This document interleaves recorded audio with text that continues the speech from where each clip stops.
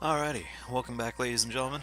I'm Urbana Pilot, and today we're going to go back to Metroid Prime, if you haven't already been able to tell. Anyway, let's go ahead and push that start button. I need to get the mouse cursor out of the way. Kind of distracting. And no, I'm not using an emulator. I'm recording it on my computer through a hodgepodge, I guess you could call it. I just call it a cheap piece of junk that just so happens to record my video or my game streams. But it gets the job done. Anyway, last time we left off, we were just starting off. Took about 2 hours. We got the Fendrana Drifts, as it says there.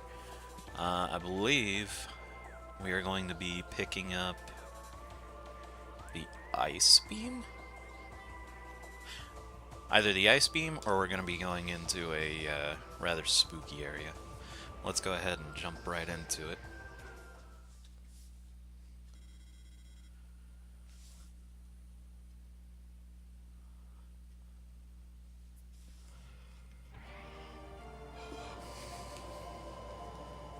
We had just got the Wave Beam, so that's pretty cool.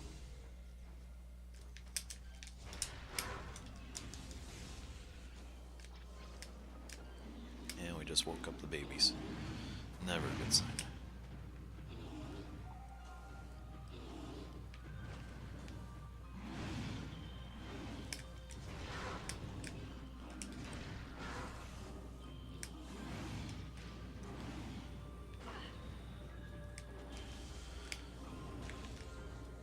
So, it's been so long since I've played this game. I mean, it's one game that I can typically pick up and stuff and get right back into it, but you know, there's a lot of memorization and stuff that you got to put into this game, or any kind of game for that matter. This one, though, if you want to get it done kind of fast, you got to know where, or you got to remember where you got to go every time.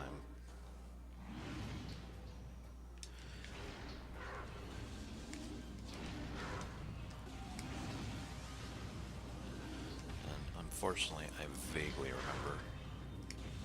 Double kill. In fact, I think I might be going the wrong way, but we'll see. Scan those? Okay. Ah, there's so many beetles.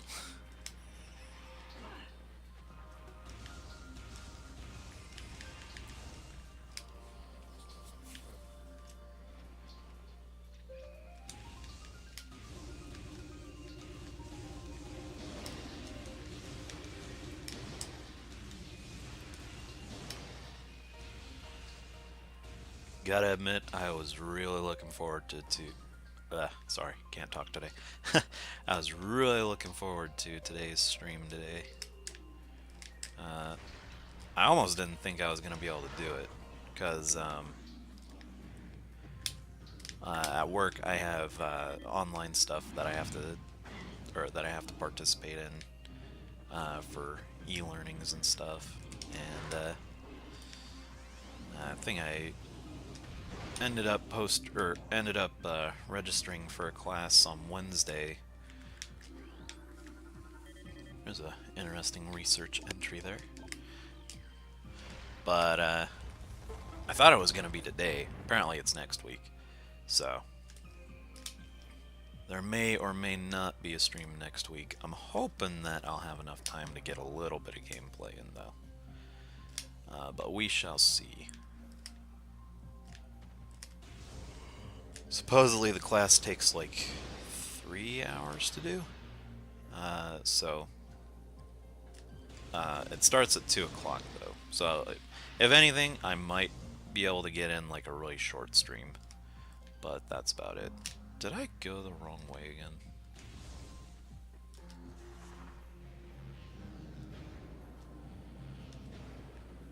Love that boost wall. I did go the wrong way.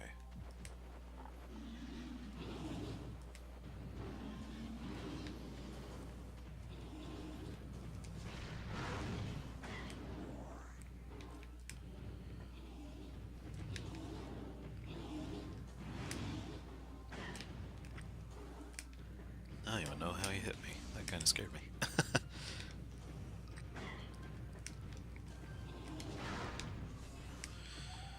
Even the tiniest of creatures can do a lot of damage to you, so... Well, not so much as damage, but they can definitely push you around if you're not careful. That's right, I didn't go this way. The last thing you want is to fall off of one of these edges here.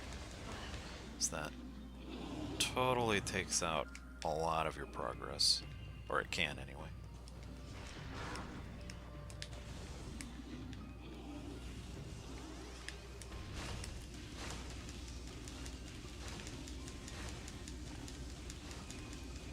I don't know why I use this weapon so much. This is actually my least favorite weapon in the whole game.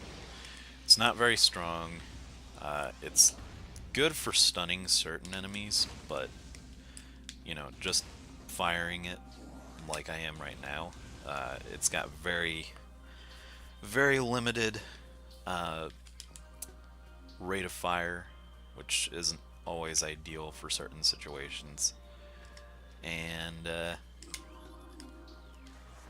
yeah, it's not very strong either.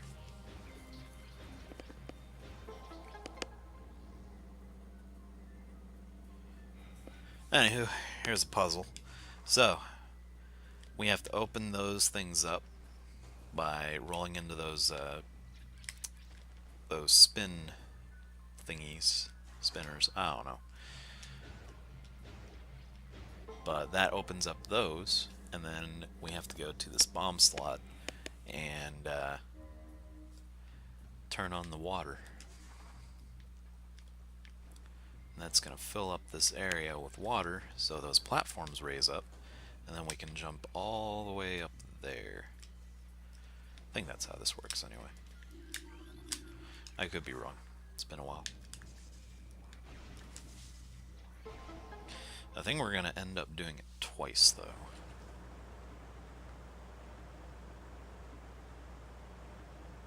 Because if you haven't noticed, right over there is another, like, morph ball slot. So we're going to jump into that. And I believe there is an energy tank in there.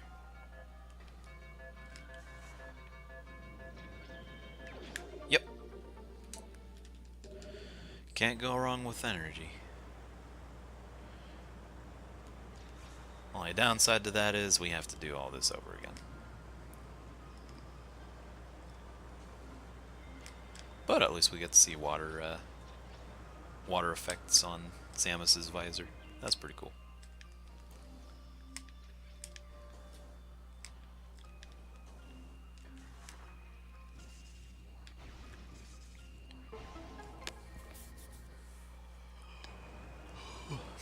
I think I mentioned this last stream. I'm thinking about getting a new video capture software, or video capture device. Especially now, because apparently my little dongle thing, its outer casing came off, so a little sad, but that's okay. When I first got it, I really didn't like it to begin with. If you haven't noticed, when I play using this thing, it's really slow. There's a lot of delay or input lag when I play these games. And technically, you know, it's good for what I paid for it. I mean, this thing only cost me like $10, so.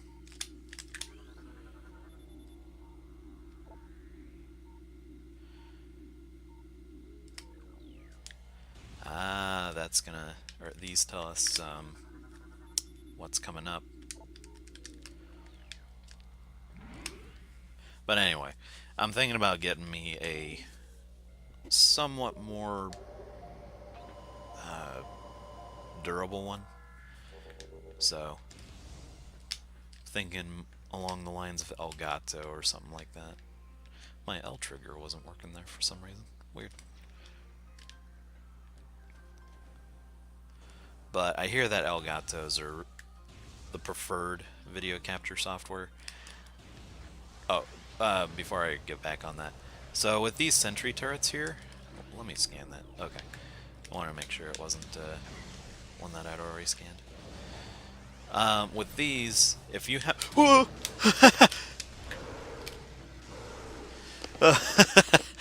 That scared the snot out of me. This area, when I was younger, used to scare me to death.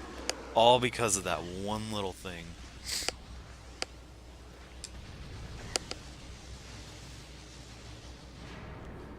Oh, hey. Sorry, didn't see your thing there. I keep forgetting to look down because it's on my live stream footage. Uh, the stuff is on my phone, so I keep forgetting to look down and see it.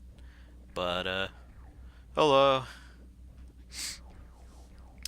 I'm not playing Metroid Other M, not at the moment. I will get to it, despite despite me not liking it very much. But I will get to it. That'll be the second from last game I play.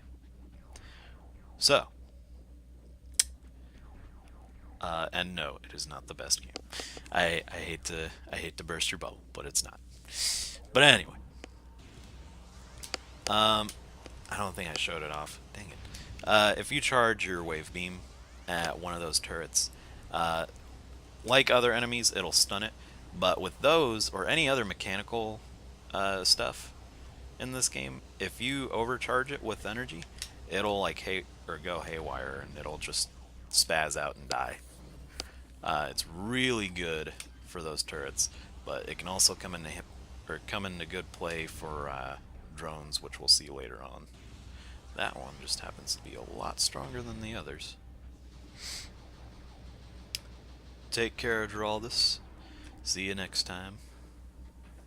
Peace out.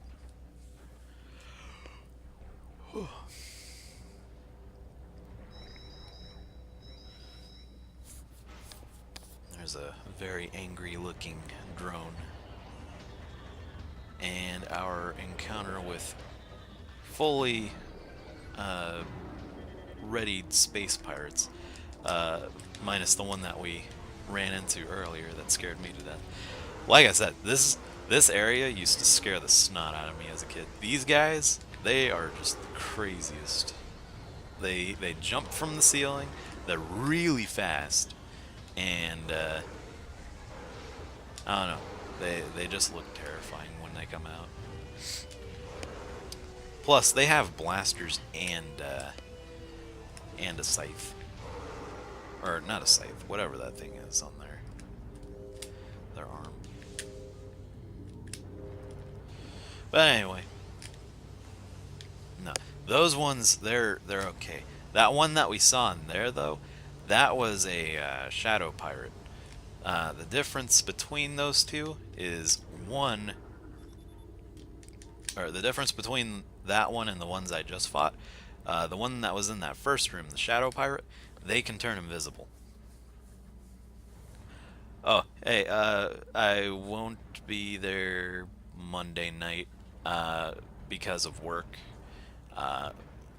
It's kind of tricky right now, because right now I'm having to work at like 7 in the morning on Tuesday mornings, so it wouldn't be very ideal for me to come over on those nights. I'd love to come back to game night, though. I had the opportunity last week, but you got sick, and I was all ready to go, but I couldn't. So don't get sick next time that comes up, and then I might be able to come over. So, but till then, it doesn't look like I'm gonna be able to come over. I'll try and work something out with my bosses, though.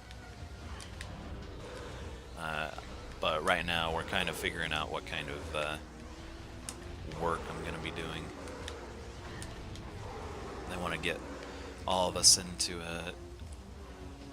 a routine, so who knows? I'll keep you guys posted, though. But anyway, we are in a part of the game that is going to introduce to us a couple things. But first, one thing to take note when you come into the Space Pirate Labs here is bring out that scan visor, because this is where most of your pirate data is going to come from. You're also going to see quite a few creatures that you can scan. Phendrana Drifts is like the gold mine for scan log entries. Mostly, though, it's the space pirate data, which is not bad. I'd rather get my stuff all in one area than nowhere, or than anywhere else. Now, it's not like this stuff will go away, but to save yourself having to go through here again, which, believe me, is going to be really, really hard, or a lot more difficult going through the second time. If it wasn't already difficult enough as it is.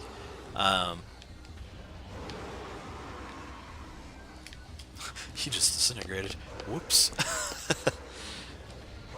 I don't know what I hit, but I've... Huh. I guess that was the boxes that did it. I feel kind of bad for him.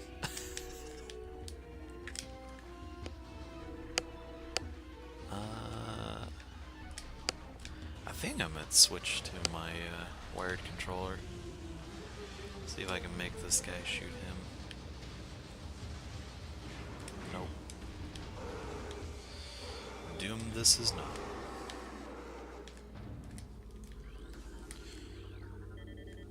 Anyway, you'll hear that very famous space pirate music kick on when there's space pirates still left around. Very ominous, very creepy.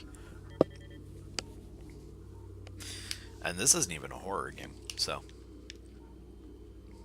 Just goes to show, when it comes to Metroid games, the atmosphere is, like, spot on for every single area. Unless we're talking Metroid Other M. That, you can't save that game.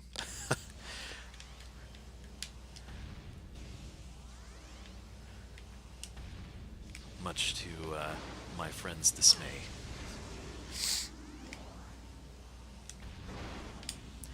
Nah, I'm kidding around. That game has some perks. Still a part of the story, even though it tries to contradict the rest of the series. Including this game.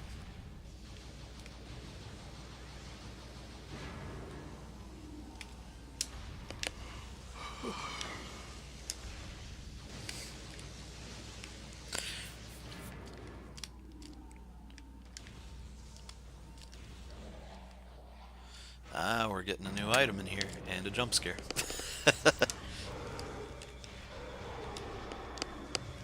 Now, you'll see me using the wave beam a lot. The wave beam is okay for space pirates. It still takes a long time to kill them. I think it's much better to use, like, ice beam or plasma beam if you have it. Plasma beam will wreck everything. All it takes is one charge shot, or like 3 normal shots, and they disintegrate. Like that one guy back there. Great weapon. As it is in all the Metroid games, though. Anywho, more puzzle time.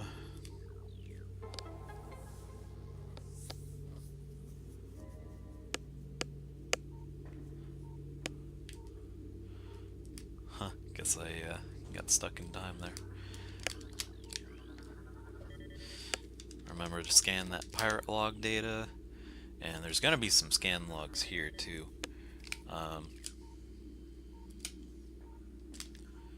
And apparently monitors that just pop out of nowhere. Weird. Oh, okay. Go ahead and drop your bomb into there, and that should bring down... Oh, it just powers things on.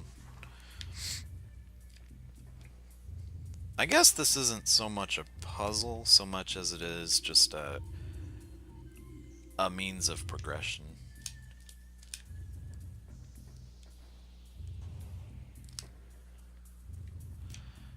but it's cool. Anyway.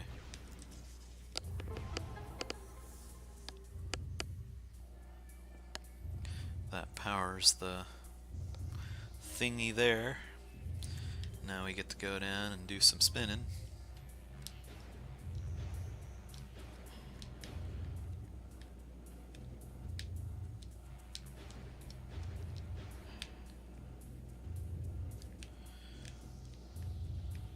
If I can get in there.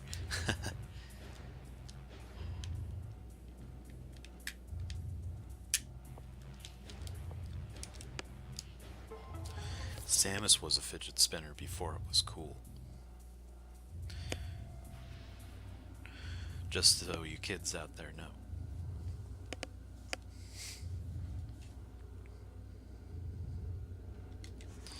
And there's our next upgrade. This one is seen from like Super Metroid onward, I believe. If you've played those games, then you know you'll know. Well, you probably won't know if you haven't played Metroid Prime, but that's a missile upgrade up there, and a very good one at that. It basically doubles the amount of damage that your missiles can do. In the original games.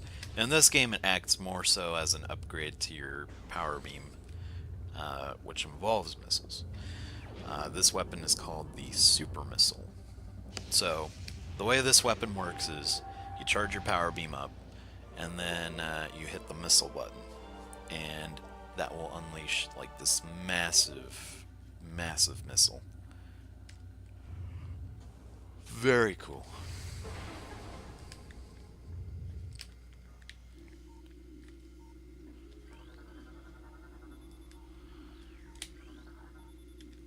If you have time, definitely read through some of these non-important scan log entries. They're actually kind of cool.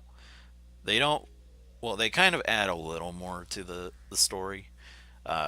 Most of them are just funny, though. There is one in here, though, that will be referencing something people have kind of been talking about for quite some time. That didn't hurt me, by the way. That went straight through me. I guess I should explain this too, by the way. Purple doors, or doors with different colors, will correlate to the weapon that they are colored like. So, purple is wave beam, white will be ice beam, and then red will be plasma beam. And then blue is basically any beam.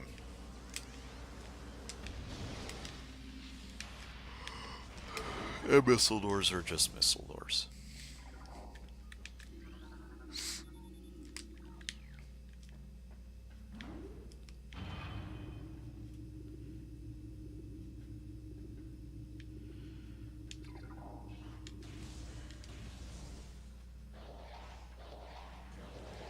Oh, and that's a locked door, so.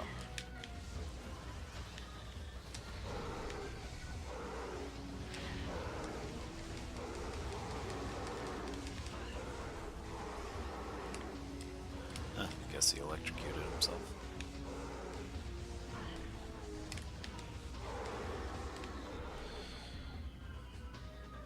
I hate that stance. I don't know why she does that.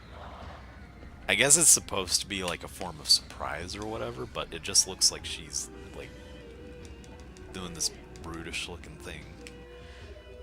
Hey, 50% of our scan logs have been found.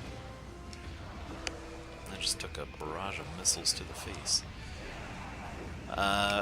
For new players in this game, if you have that, or once you get 50%, you unlock your first concept art set. So that's pretty neat. We'll get another one with or as we get more items and stuff.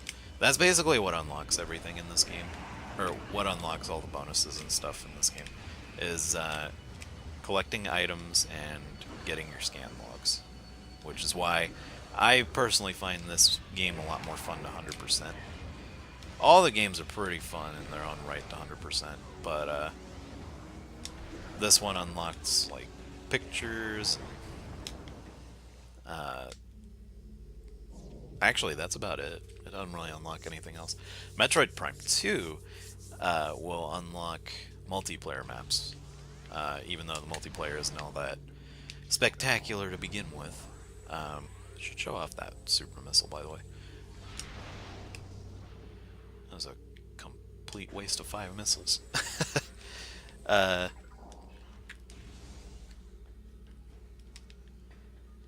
but yeah, we'll talk more about that when we get to Metroid Prime 2.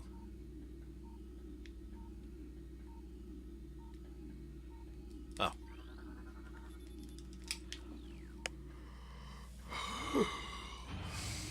Research Lab Aether, which is a reference or a Easter egg for the next game. The planet that you land on in that game is called Aether.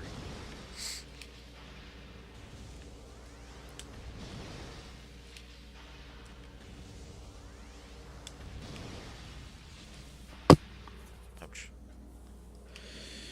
Surprise! We have a little something something that we thought we eliminated.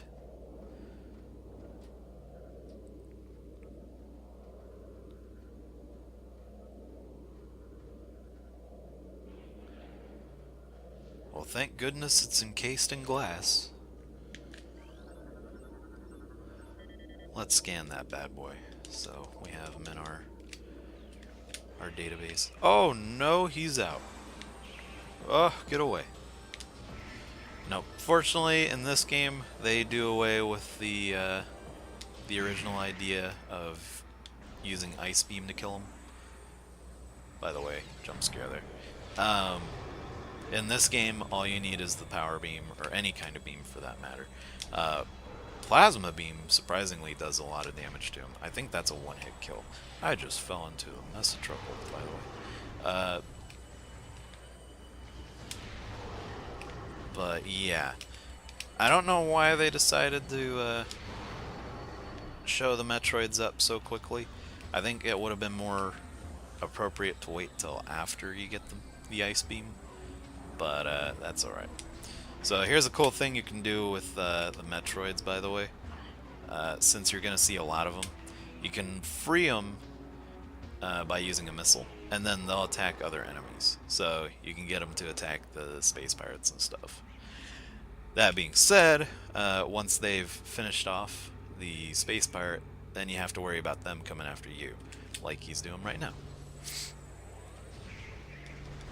But like I said, you know, they're a lot easier in this game. They're actually kind of a pushover in this game. Anyway, what are these? Has a bit of info regarding one of the... Well, one of them was supposed to have information regarding a rumored sequel to Metroid Fusion, but I guess it's not here.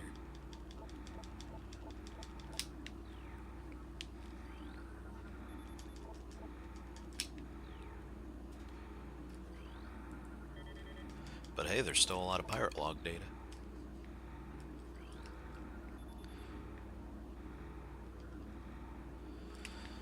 So in these you'll find like the remains of experiments and stuff like that.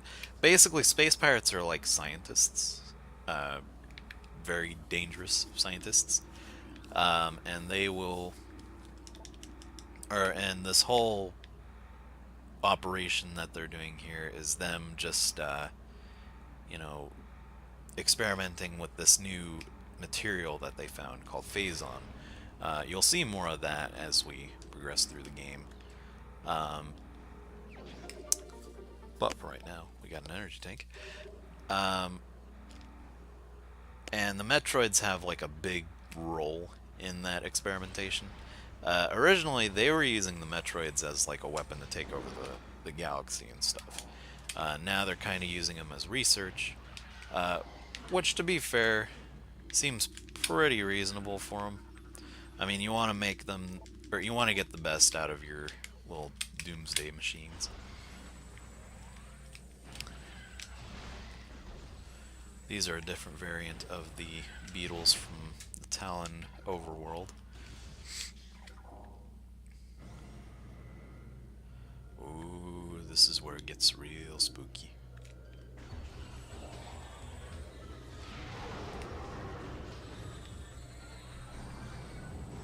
But they're basically using that phazon as a means to enhance them, so they can be basically like impervious to you, or they can just grow bigger or whatever. I don't know.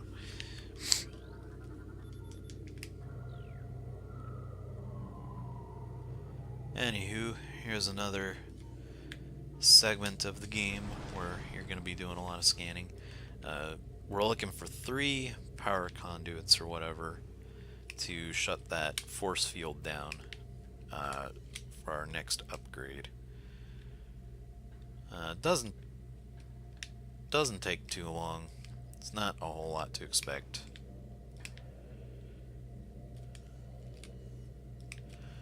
Just make sure you get all those scans, otherwise you're going to be going right back up looking for them again.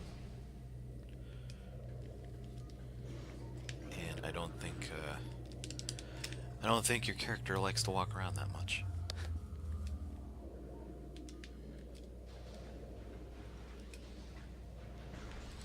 Ah, turret.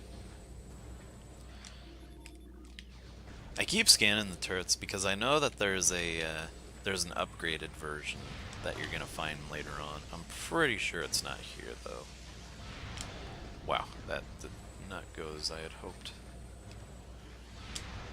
That did though. Booyah.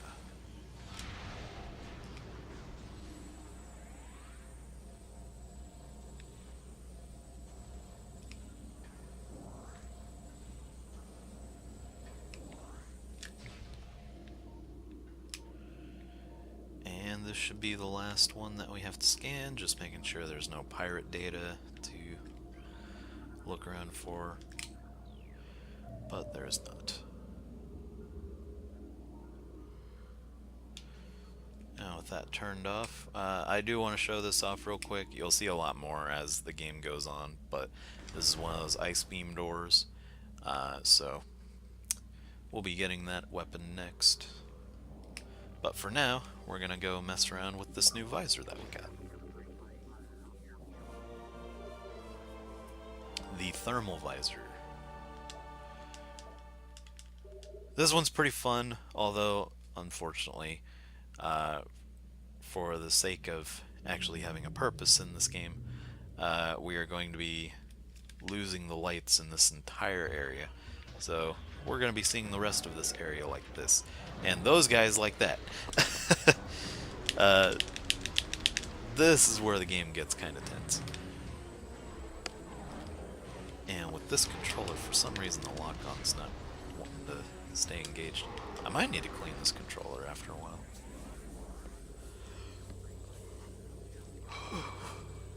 But anyway, we can go running around as the Predator now.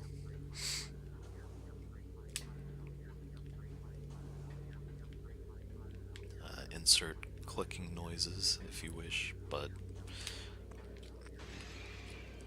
I think the sounds of broken glass and Metroid screeching and stuff is enough to get it creepy enough. Now, if you do get latched on by this guy, like I did right there, all you have to do is drop bombs. It's a lot easier to get them off of you in this game than the other Metroid games, though.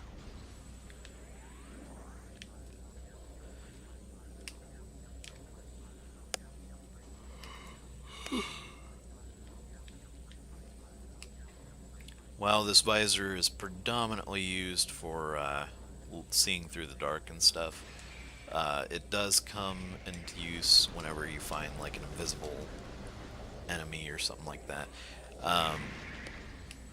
Mostly shadow pirates, which we won't see a whole lot more of throughout the rest of the game, But from here on out, you're gonna be seeing like a bunch of them in this area. In fact, basically all the space pirates here now are shadow pirates. So keep your wits about you.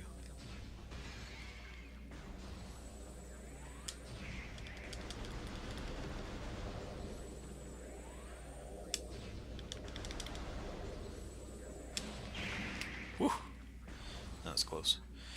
You'll see that little wheel-looking thing there. This is a power conduit.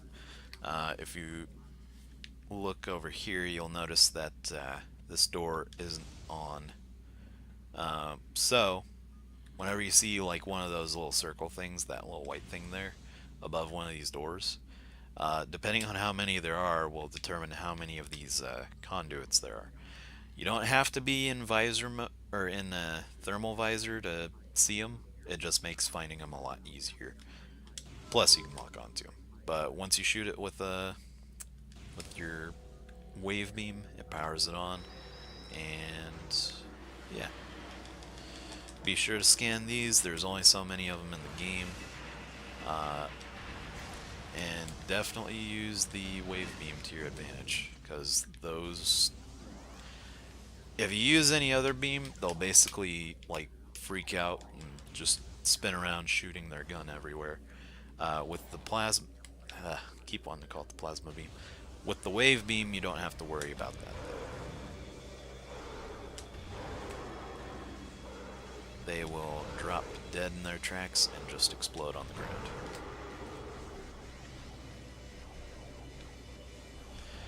There are Metroids in here, but I am not going to bother with them.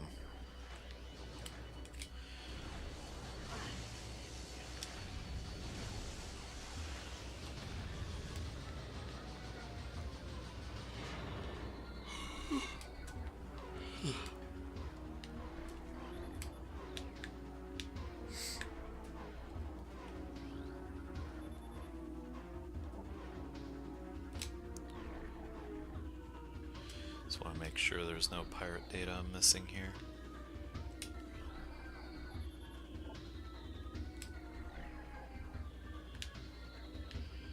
But I think I'm good.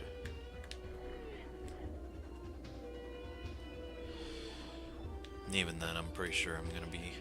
Well, actually, I know I'm going to be backtracking a lot in this game, so if I did forget any of them, that's fine. So, whenever you're going through these areas, make sure that you keep an eye on the ceilings. Space pirates do like to hang up there, and when you get close to them, they'll drop down and try to attack you. But you can get them before they get that chance, and knock them off their post.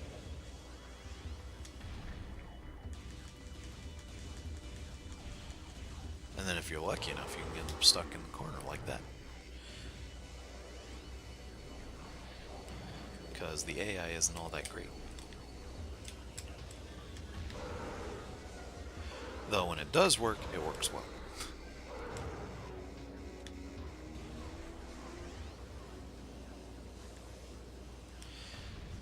So I almost forgot to get that missile expansion over there. I'm gonna see how I can get there.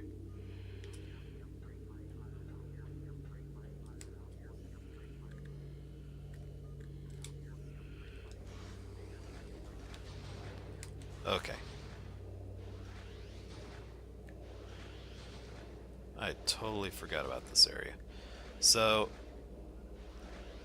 there's gonna be some cases where you have to balance the morph ball to get to some items. This one is probably the hardest. There's no railing or anything like that, so just take your time. There's no rush, especially once all the space pirates are gone. But, with enough patience, you'll be rewarded with a missile expansion. And then you can fall like a rock.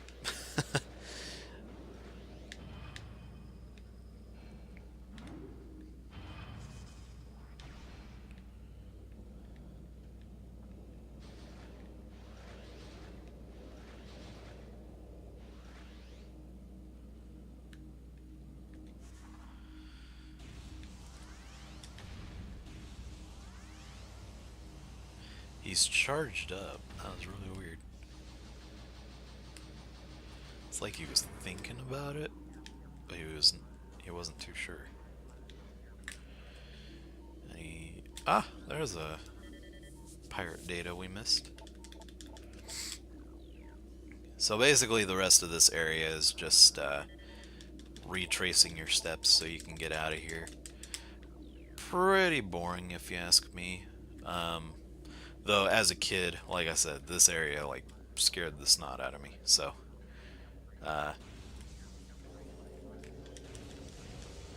you can have its perks. The only thing that really bugged me about it was the fact that it was dark and you had space pirates running after you. So you're always having to be in this mode and stuff.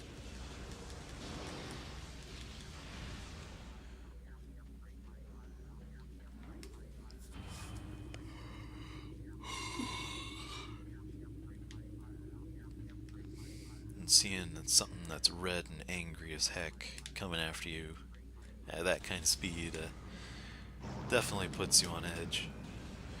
Now, I don't have to fight these guys, and I'm not going to. Although, if you do come over here, you'll notice that you can get in here, and this is kind of important for later on in the game, because there is another artifact that's in this area. It's on the other side, though. I don't think we can get it yet without the plasma beam, though. But we'll see if we can grab it. It's one of the more exciting ones to grab.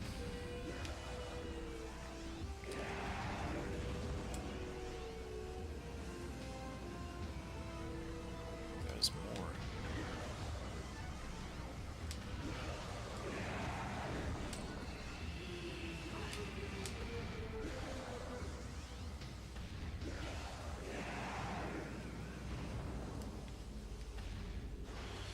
And I'm pretty sure their explosions when they, like, kamikaze themselves into the ground like that can hurt you, so be careful.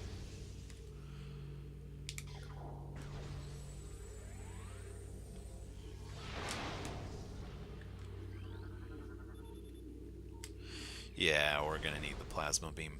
But basically, we're gonna melt this with that plasma beam, and then we're gonna shoot a missile at those 6 things over there.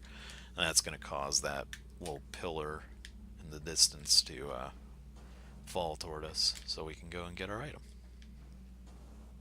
Because I'm pretty sure it's shielded over here. Yeah. So, for the time being,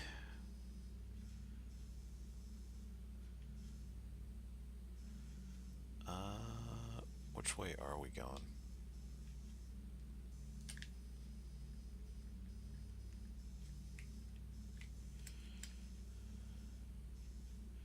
Okay, I guess we are going forward.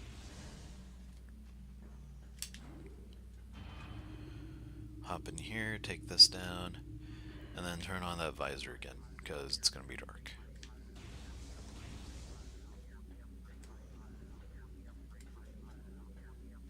I hope this is the right way. Oh yeah, this is the right way.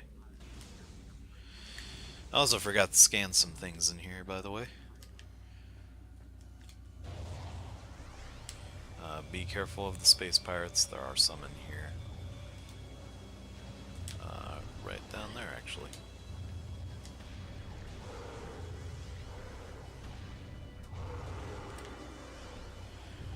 Fortunately, we're cool enough to take them out from a distance. Well, except for this one.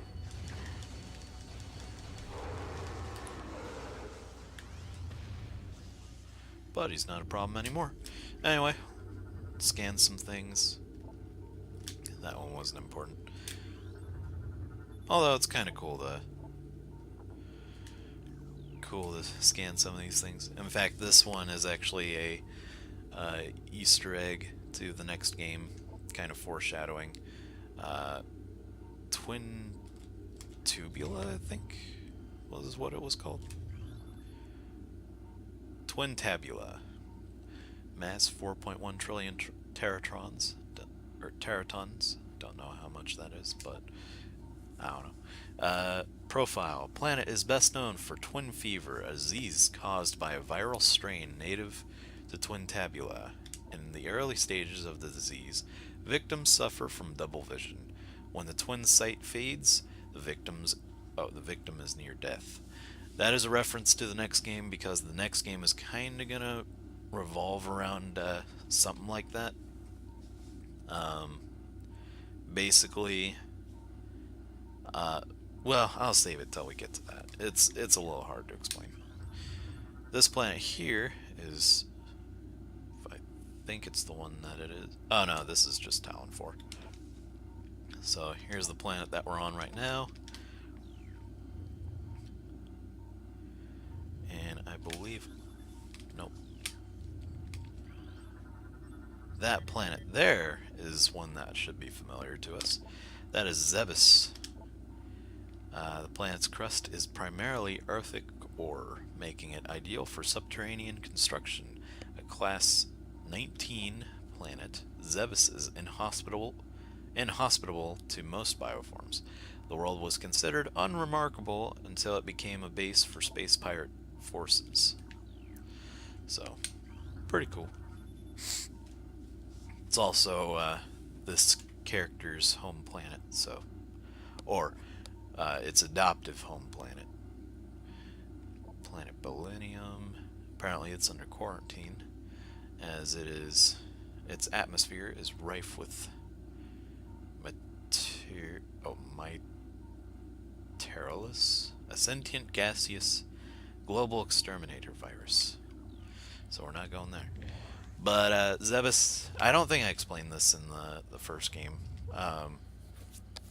Zebes is the planet where Samus grew up for the most part. She was originally a child to two on the planet Earth, belonging to a colony called K2L, until the space pirates, the guys that we've been fighting, invaded and killed basically everyone there, including her parents, which, you know, that was all at the hands of Ridley, that big dragon dude that we fought in Zero Mission in the original, and the guy that we saw in a metal form in this game. So we have all the more reason in the world to kill Ridley over and over and over again.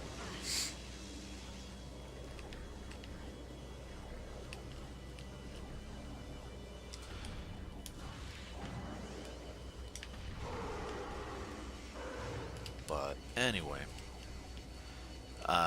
so a group of aliens called the Chozo visited moments before the space pirates attacked. Um, and on their way out, they heard their stress call, "Hey, we're under attack." Samus was unfortunately the only survivor of that entire colony. So, since she was so young, they took her to their home planet Zebes and basically adapted her to the planet's atmosphere and I guess trained her to be a bounty hunter. I don't know if that was their plan or whatever, but it ended up being that way. They're the ones who gave her the armor that she's wearing, so.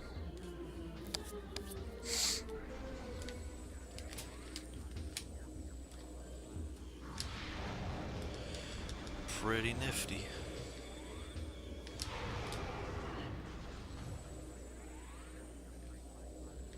Ah, I did let one out. Gotta be careful with those missiles sometimes. Woo! Oh.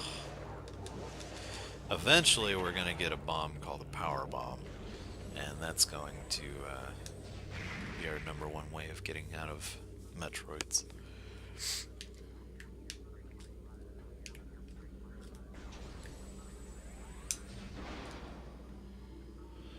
I could have sworn there was a data entry that talked about a certain Metroid. Oh well. Well, like I said, we'll be backtracking and we'll probably see some or we'll probably scan more things. Right now I'm wanting to get all the items and stuff.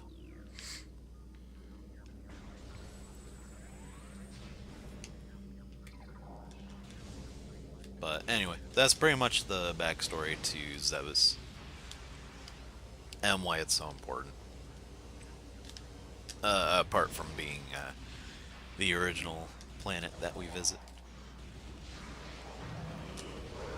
Whew, he got really up close and personal. They can't climb through here for some dumb reason, but they can still shoot us through here, so use that to your advantage, but make sure that you're dodging those shots, especially from that turret. Because while we are technically doing pretty gnarly on energy, as you can see, it can definitely take a wallop on your health.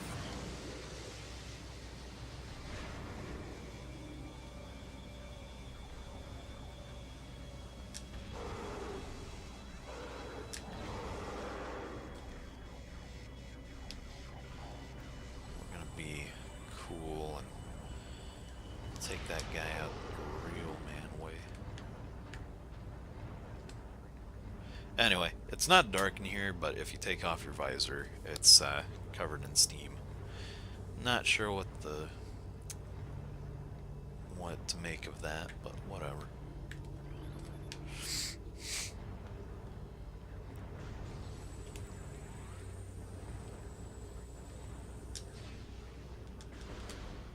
Believe this is the save station. Oh no, this is the map room. Huh, don't even know how I forgot about this. Whatever.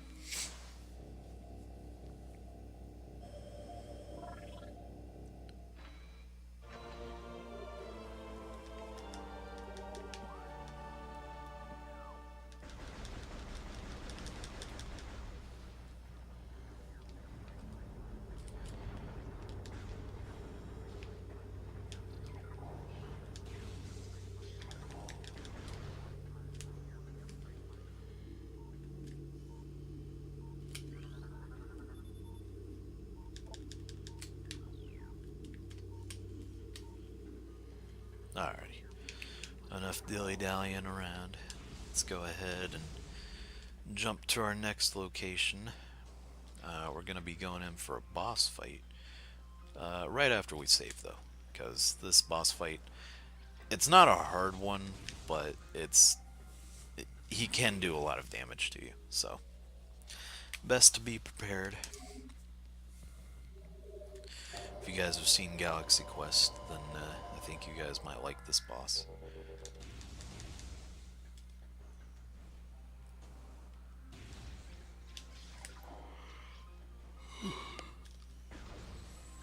Anyway, you'll see that door is powered off. Probably should have made that more surprising. With super missiles, we can now blow open cordite, which is what that little plate up there was made from. So now we have access to more things we can blow up.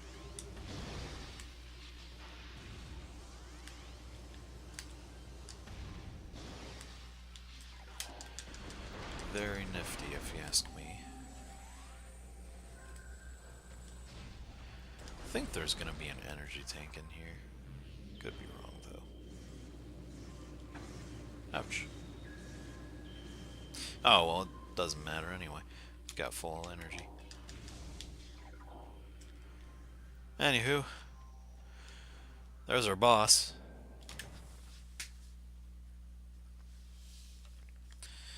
Big old pile of rocks.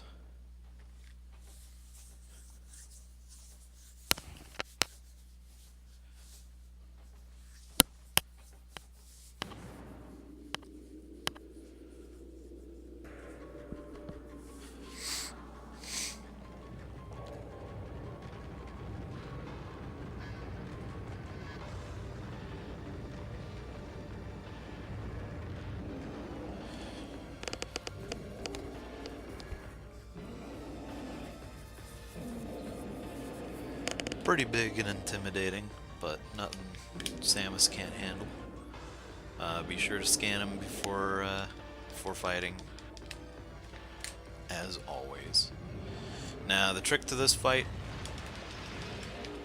is to dodge whatever he throws at you. Sometimes he will roll up into a ball. Best way to get out of it is, or to get away from him, is to morph into your own morph ball and get away from him. But you'll notice that that specific spot is hot. Once you shoot it enough, your thermal visor will basically start freaking out, which will expose the phazon infected rock or whatever. I don't know what the deal with it is. But once that's taken care of, you blow it up and then rinse, repeat. Not a very tricky fight. On hard mode, this can be a very challenging one, though. So,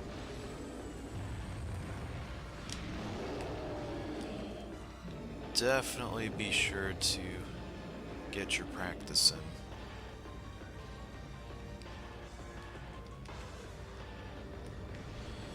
This can get rather tedious without missiles, which I'm kind of hoping he throws more of at me. Every time he, like, pulls up those rocks, you can shoot him. Sometimes you'll get energy, other times you'll get missiles. I, unfortunately, am not getting enough of what I need. That will freeze you. The only way you can get out of that is to push that B button and basically just jump out of it.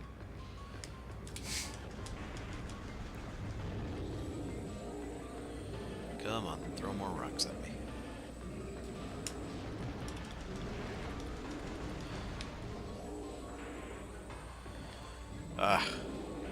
It's almost like I'm playing Metroid 1.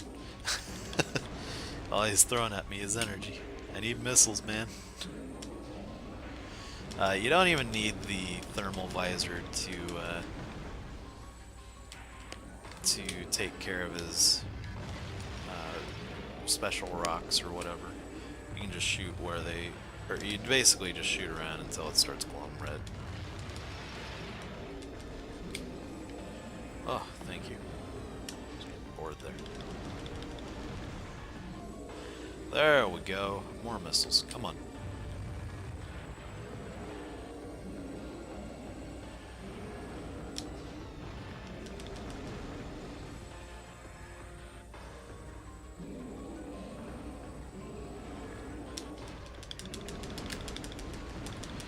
I wouldn't blow those up too close to you because they can actually hurt you.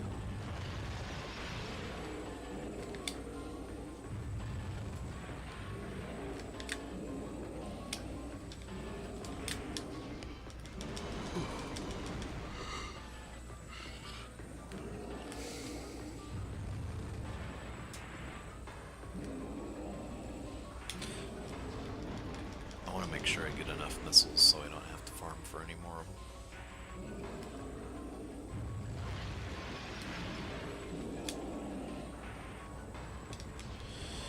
I don't think the freezing really does anything to you, apart from just freeze you in place.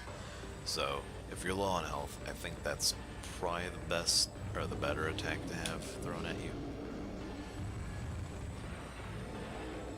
I could be wrong, though. I'm not going to test it, though.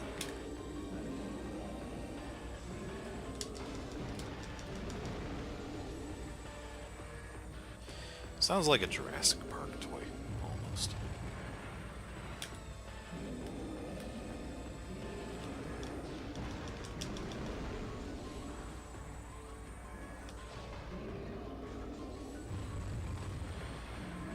I'm just wasting time. This fight's going on way too long.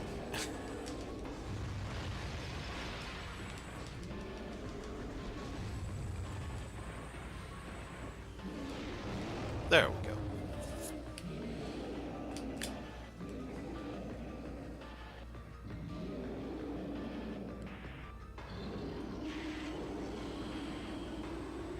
Now what he's doing right now is he's going to start fogging up the place.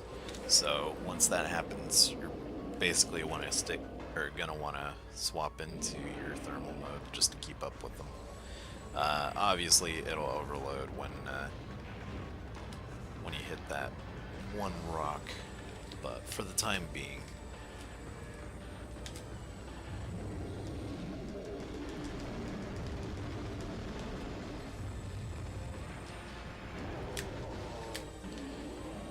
And when you get close enough to them, it's not like it's too terribly difficult to get it, or to hit it. We're just about done with this fight. Honestly, I've just been kind of making it go on a lot longer than it should have.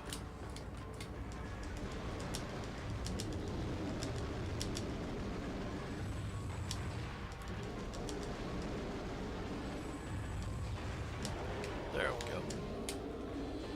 It's almost dead.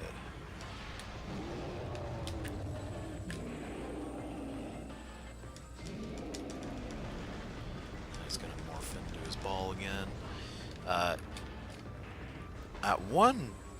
On one playthrough, I was able to shoot one of the rocks that glows while he was in his ball form. I wasn't able to pull it off this time, but whatever. Oh, that's right. Be careful shooting those, because those will also overload your visor.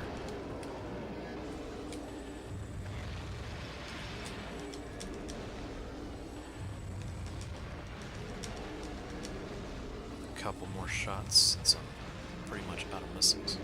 Oh, there we go. I think we're on to our last rock.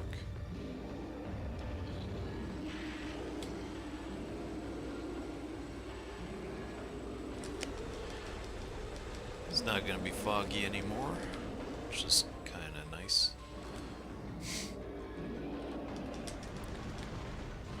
I do believe he becomes a lot more aggressive now, which doesn't really mean a whole lot in the long term.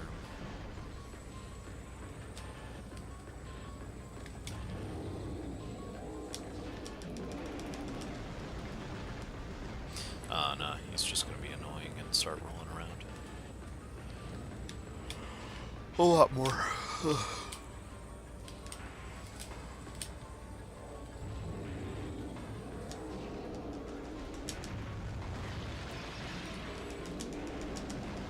Goes again.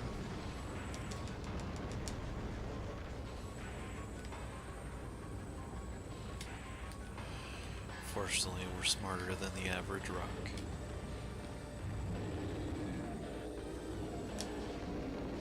Ah, missed. Oof.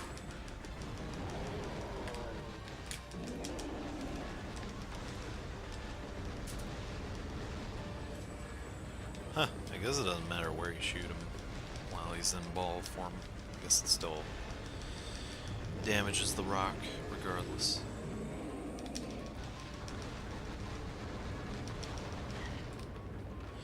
That's pretty much the last rock that we have to take out. It's just going to take a while because he's going to be really annoying with that ball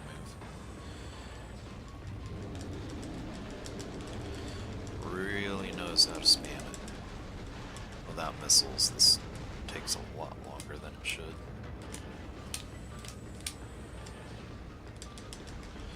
Probably missed a missile tank or something somewhere. There we go.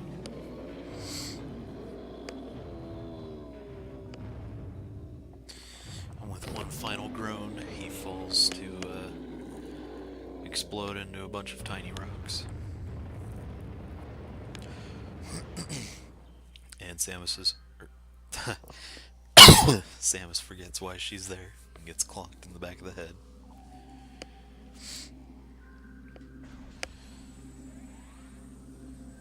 So there's our next item upgrade.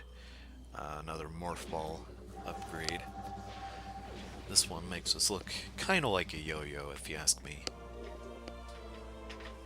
Looks cool, but not as... I don't know. I kind of prefer the look of the original morph ball. Now, what we got here is Spider Ball. This will allow us to grab onto these magnetic railings and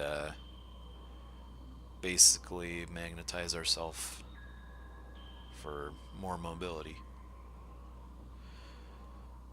Pretty nifty.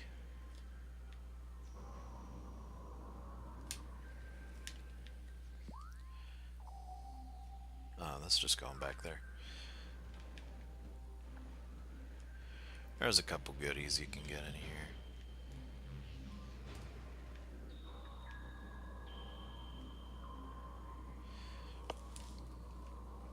This item isn't specific to this game, it just functions a lot better than it did in certain other games. That being Metroid 2 Return of Samus. Though to be fair, this was the first game that utilized it, so... Or that was the first game that utilized it. Just as wasn't utilized very well.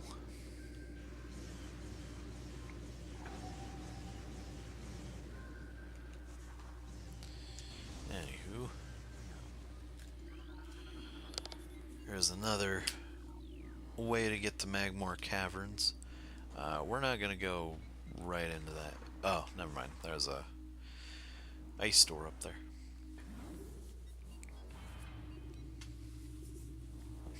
We're gonna go down to the southern part of Magmore Caverns.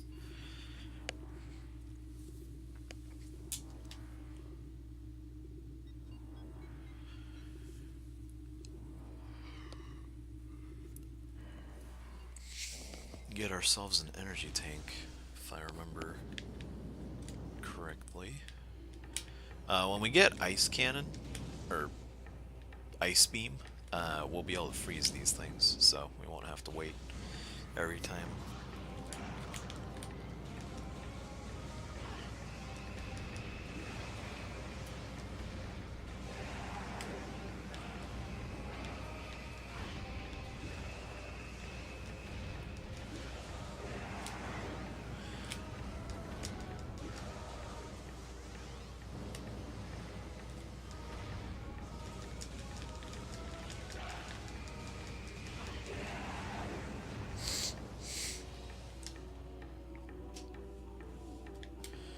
Anyway.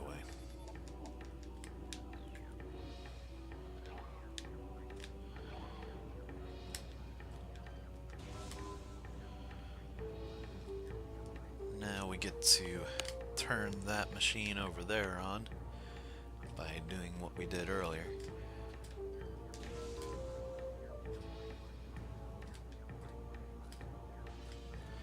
And that should cool all the lava underneath us.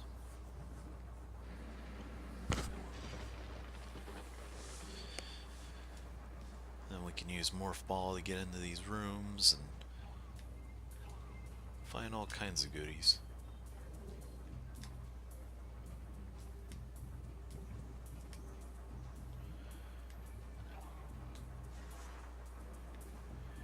If I can find the entry point. There it is. Be careful of these little rascals. They're still annoying. Fortunately, they're not going to spit you into that little spot there. And I'm having a lot better of a time trying to take care of them. Anywho, your goal here is just to be fast and get to each one of these little computer things. And each time you scan one, it'll cool down another part of the area. There will be a time limit to get to that next area though, so I wouldn't take too long to get over there. Though I do believe they give you plenty of time to get there, so...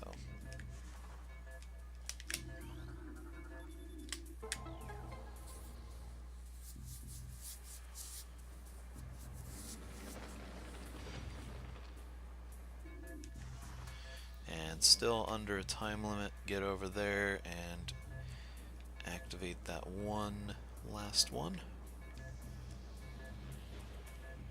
As well as get yourself an energy tank. Oh, never mind. You don't have to activate anything. Just grab the tank and you're good to go.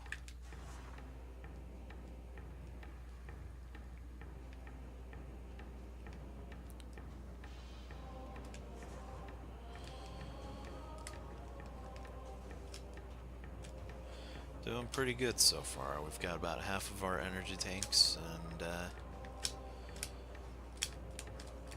I'd say we're almost to the halfway point of the game, if not already there.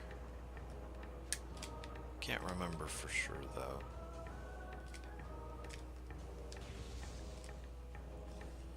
Oh, there's a little spot up here.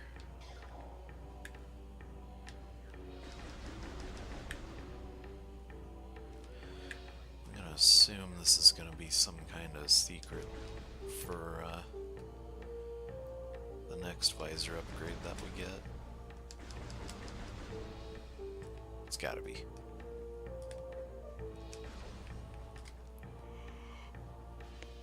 I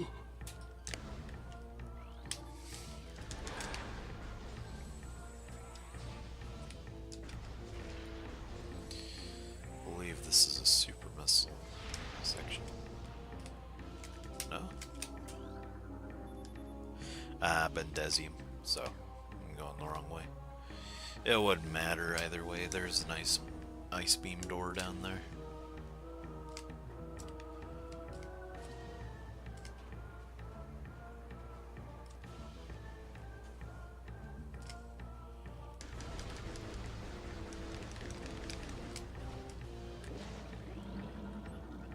Scan this guy here.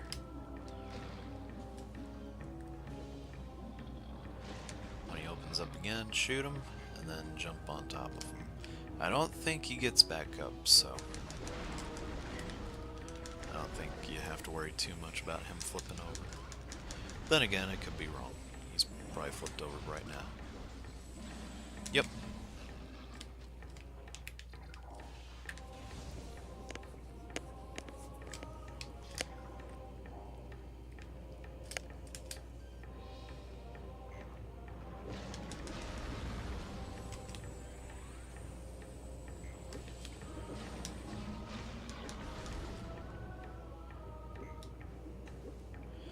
Soon enough, we're going to be able to get a very nice little item in here.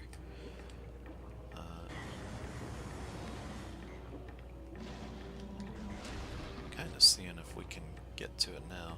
I don't think we can, though. It'd be really nice, though.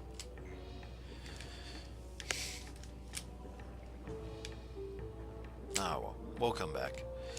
The item that we're really going to need is the base beam. By the way, here's a quick little section here. Shoot that stalactite up there. It'll fall on top of this guy. Instantly taking care of him. Rather brutal death, but that's okay. He was being kind of mean to us anyway. I believe if you super missile this... Oh, never mind. There's a certain pillar in the middle of one of these rooms where if you use a super missile, it'll open, or it'll blow it apart, and then you can get an artifact from it.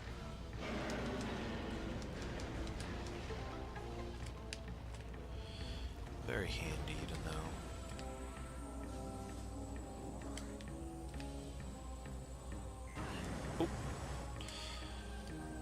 Jump was just a tad bit too small there. Ouch. I think that one's the one. Nope. Why am I doing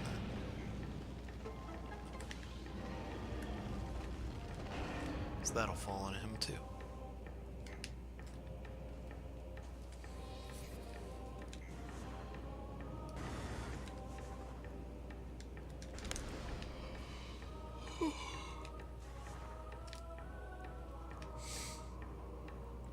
Use our new skill here. I think the spider ball in Metroid Prime 2 is a little more useful.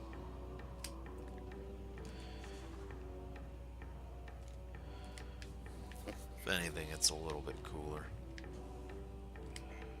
Thought there was something over there. Ah.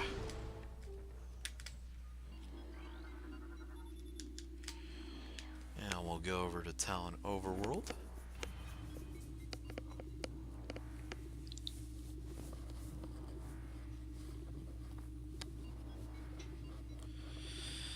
Explore some rather nifty stuff. I think we might be getting our next visor.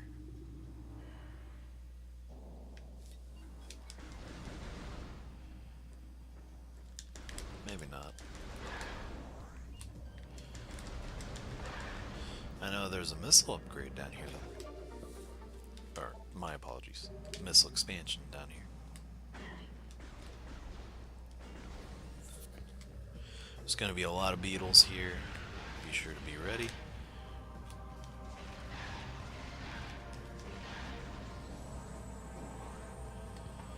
And if you can hear the music, you'll notice that it's different this time around. Originally, it was a remix of Brinstar from the original Metroid games. Very nice, very calming. Now it's more of a serious, toned theme. But I do like this this particular theme a little bit better. I think it really makes this area stand out. Kill this thing, just shoot the little orb that it shoots out, it'll explode.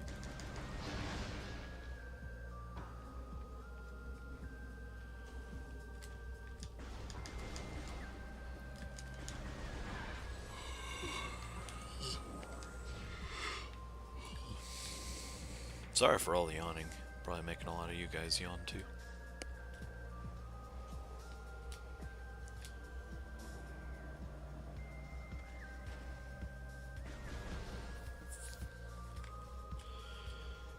If you want to go and check out a little bit more of Talon IV, you're easily able to do that right now. In fact, we can actually get a missile expansion while we're here.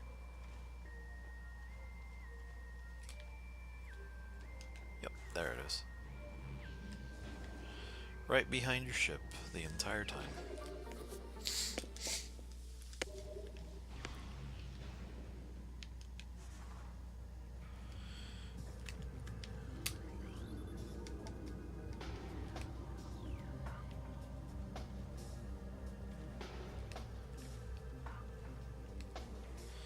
So while we're here, I might as well show off the artifact area. This controller just has some really bad issues right now. If you haven't noticed, I'm trying to like hold the L button so I'll so I won't turn around when I'm moving and stuff like I am now. If you hold down the L button, you can strafe left and right.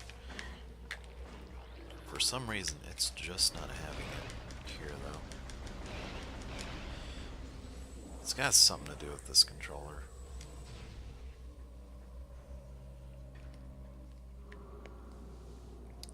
Anywho, this is kind of a mini section of Talon IV, the impact crater.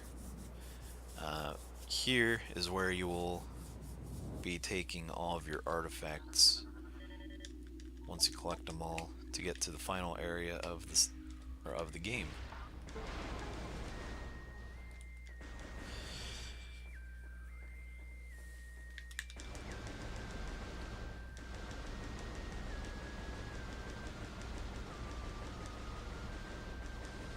A lot to load in there. This all kind of looks like your starship almost.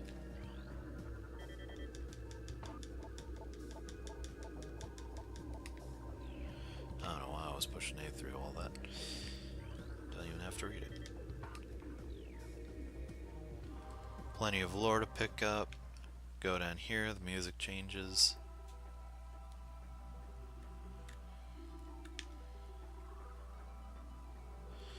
And there's one of our artifacts. Pick this one up, and then all the artifact entries can be scanned here. Now, like I said in the last stream when we picked up our first one, you don't have to, or you won't have to scan every one of these for them to be counted in your logbook entry. These, however, can tell you where to go get them. Even though they are a little bit cryptic, you can still scan them all and it'll tell you where to find them.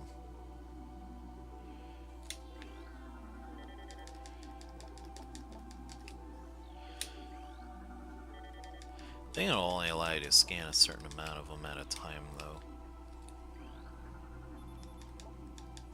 Yeah, there's one that we've recovered. There's another that we've recovered.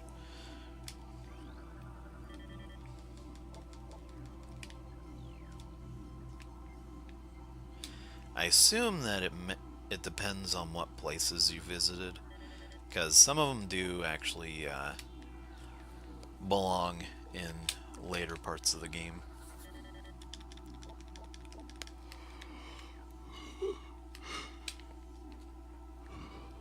But then again, I really wouldn't know.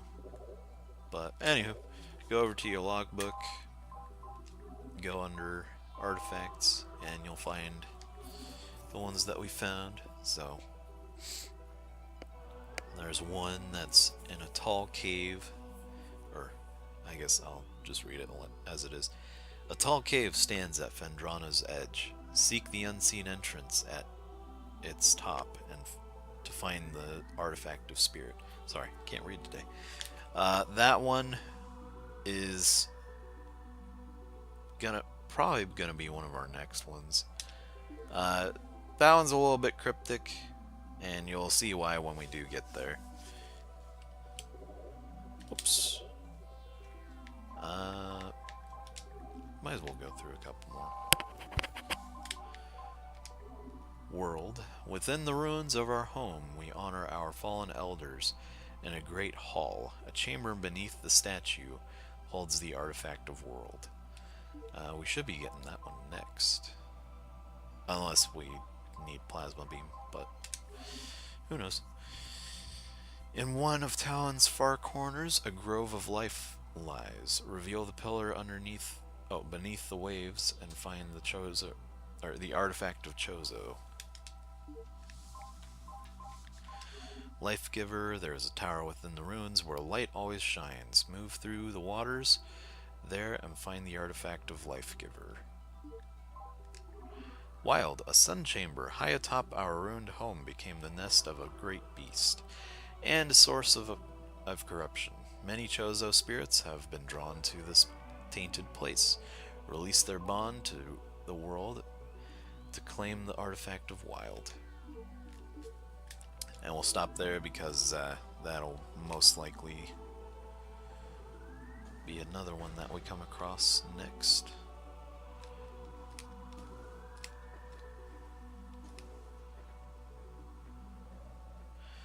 And that wasn't some cryptic nonsense or anything like that about the souls needing to be put to rest.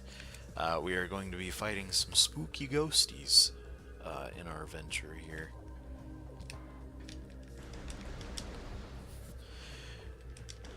And unfortunately they make that fetch quest of ours a lot more tedious and annoying. So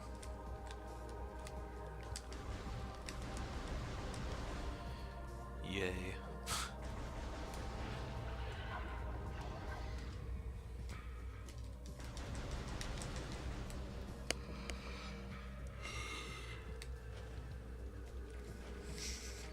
I don't really mind fetch quests too much. The only one that I really had trouble with in the Metroid series was Prime 2. Prime 2 had like probably one of the worst.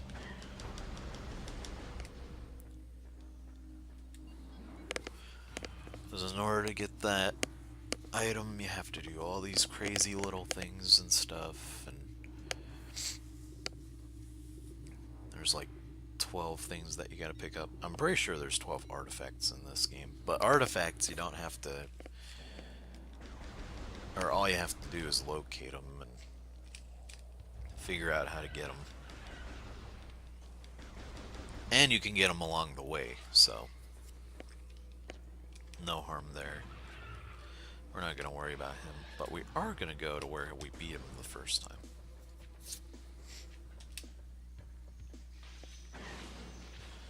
I'm not going to worry too much about beetles at this point. My health is pretty good right now. But since we have morph ball bombs, we're going to go ahead and open up this spot here. Grab ourselves an energy tank, or a missile expansion.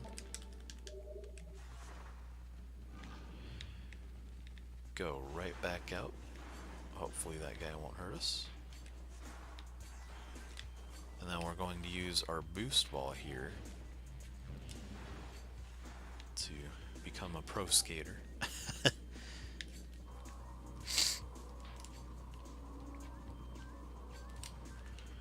And we're gonna go and explore this. So for all we know, there might be something really cool down here.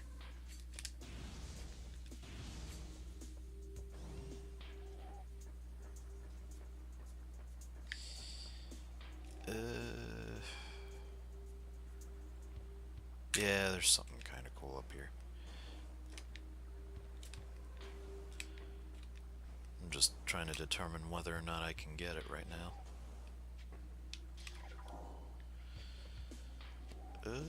Technically I can.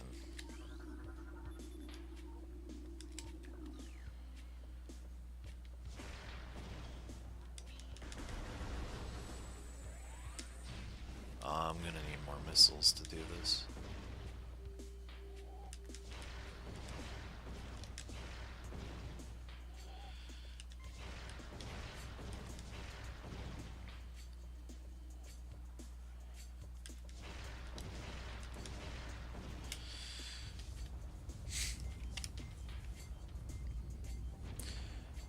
That probably looks kind of familiar to some of you. That's going to be another missile upgrade that we grab. Pretty nifty.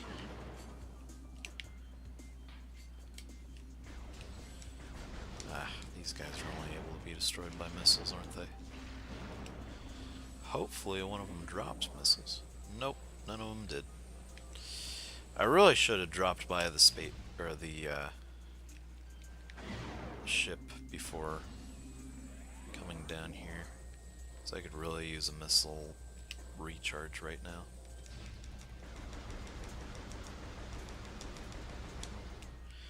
New scan entry, by the way. Oculus, wall crawler that generates electric pulses. The Oculus exposes its single eye when active. The electrical field that covers it is enough to defer most predators. If the Oculus detects anything capable of presenting a real threat, it retracts into its impermeable shell.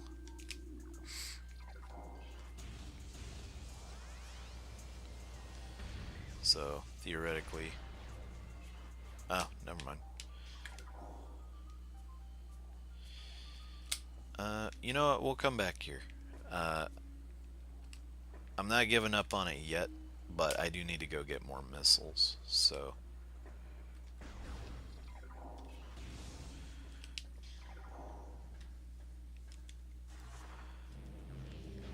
I kinda want to head back to Talon Overworld.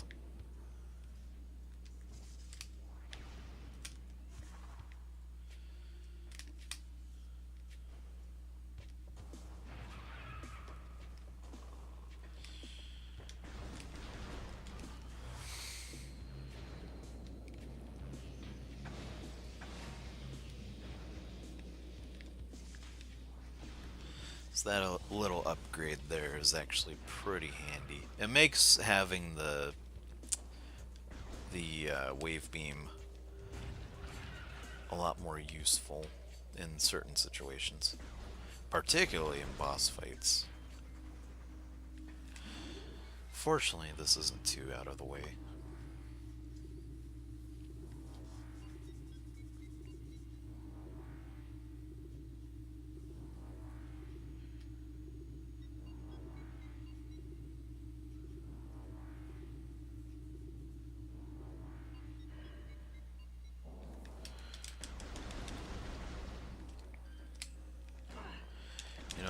people say that Samus doesn't look all that great with, or in this particular game.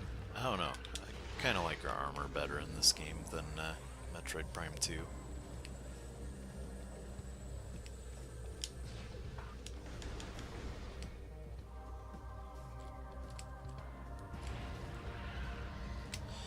As for the new Metroid 2 remake game, I really love the look of that. Especially after seeing the amiibo for it. Wow, it looks so nice.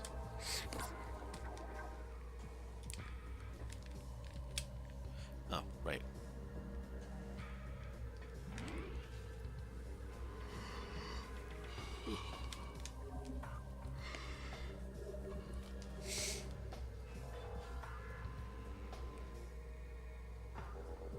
Alright, now we've got full missiles. So we can go ahead and get that power up.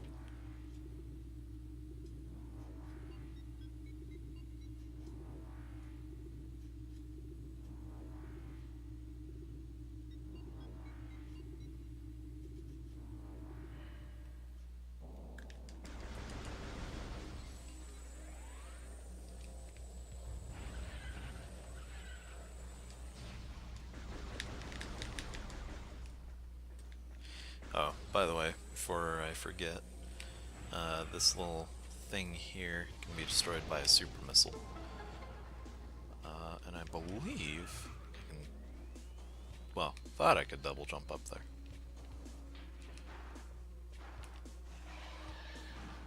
Nope.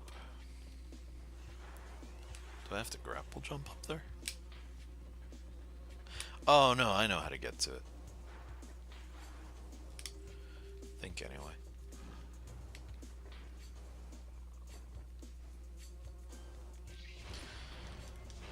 Haven't seen those guys in a while. Probably for the best though. Yeah, and then you double jump over. Then you can get that missile expansion.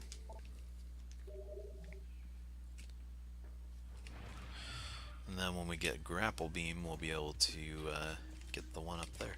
There's a lot of items in this area, so definitely keep your eyes open.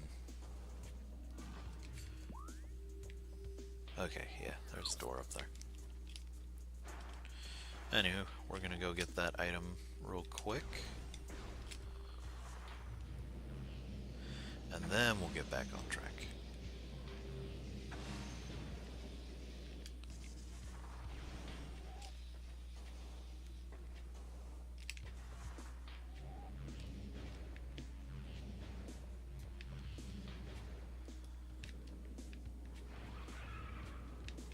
Huh. Almost forgot this too.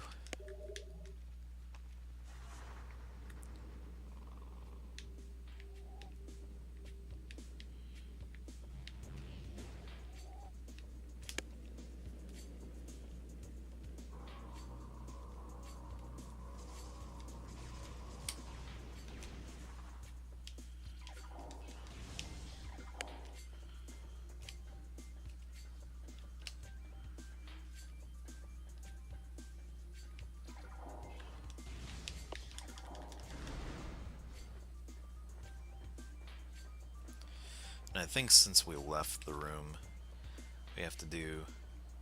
Yeah, we gotta do that work over again. No big deal, though. I mean, we're all pretty much ready to roll. And each one of these only takes 3 missiles, so we won't have to worry too much about ammo management.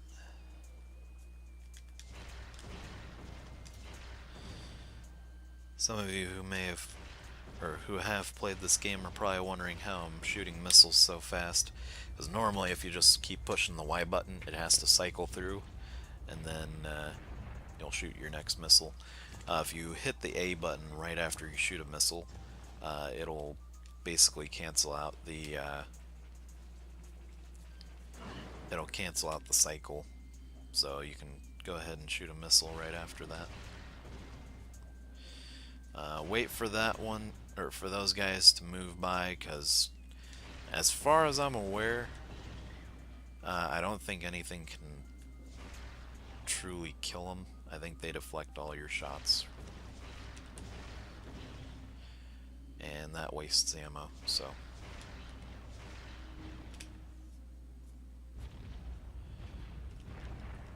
Thought I did something wrong there.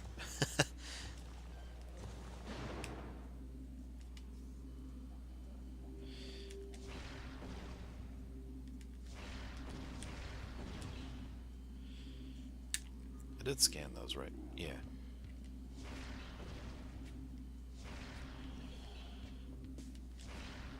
Ah, see. Ugh. Wonder if the third. Nope, that does not work at all.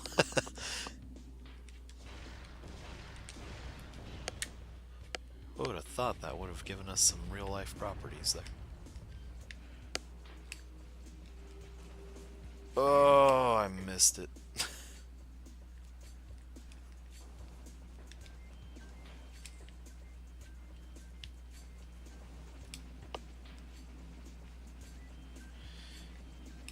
Yeah, these guys can give you a bit of a hard time.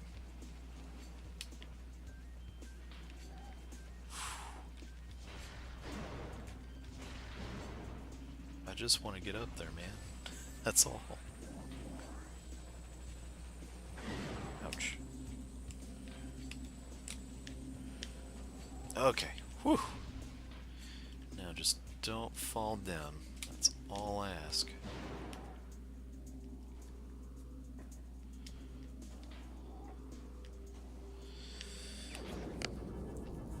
And now we've got our next weapon upgrade. It's no beam or anything like that. This is called the Wave Buster. Basically, this is pretty much the wave beams variant of the super missile. The only difference between the two is with, super missile, it's just one 5 missile supercharged shot, whereas this is a continuous stream. It'll take 5 missiles to initiate, but then after that it uses like 1 missile per second, I believe. A couple missiles per second. Never mind. Pretty neat though. Looks like the oh wow, can't believe I can't think of the name of it. The little photon laser thing from Ghostbusters. That's gonna bug me. I can't believe I forgot that. I need to go watch that again.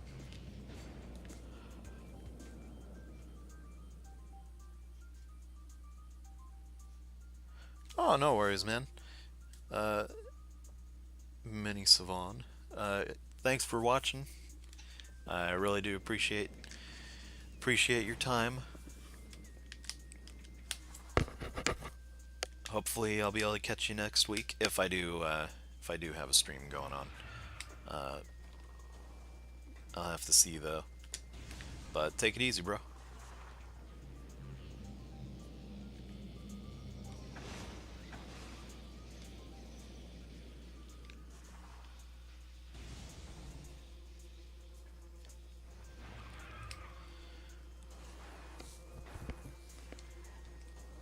Anywho, now we've got our Wave Buster. Obviously a reference to Ghostbusters, now that I think about it. We're gonna go and get our next item, which I believe...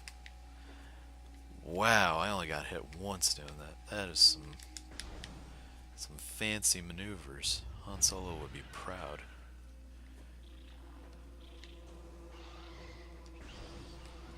We're gonna go ahead and get Ice Beam now.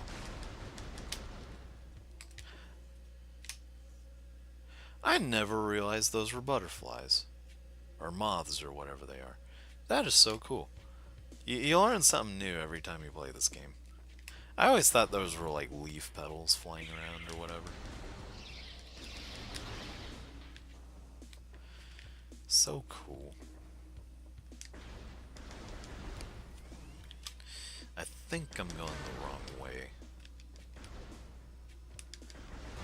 But that should be fine.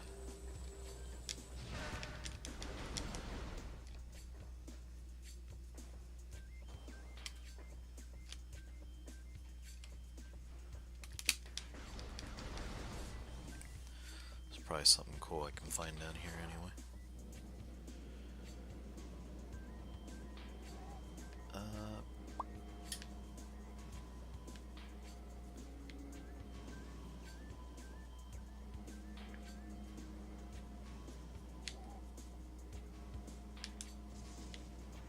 Okay. I thought those were some of those bricks that you like roll over and then they disappear.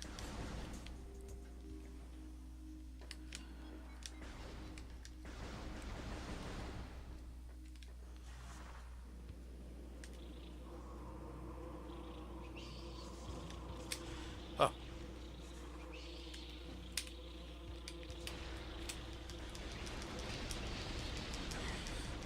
Kill the wasps.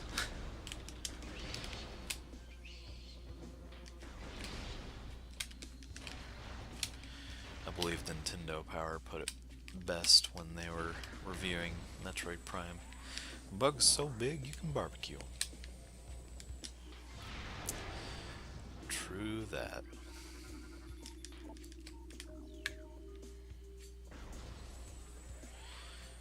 So if you see anything round like that, it usually means that it's made out of cordite, and all you gotta do is just shoot it with a super missile.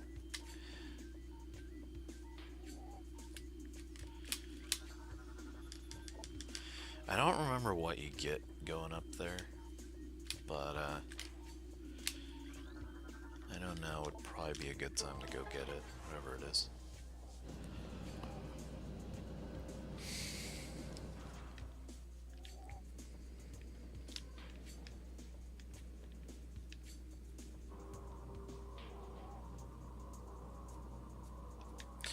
This part can be kind of tedious, especially if you don't know what you're doing.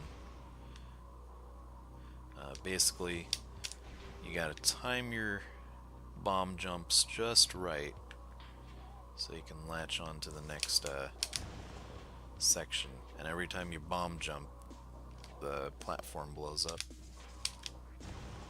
So, just keep an eye on that.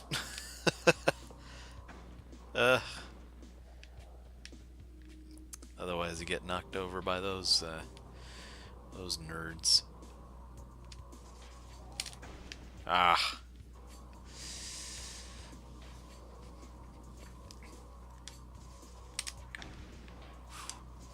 Okay, I've got my timing all off. Ah, no. Please let me go.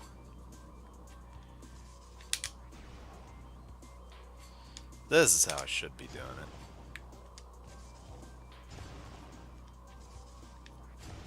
Oh, nope. Never mind. That was not how I was supposed to do that one. I used to be so good at this part, too. Oh, I did that wrong again.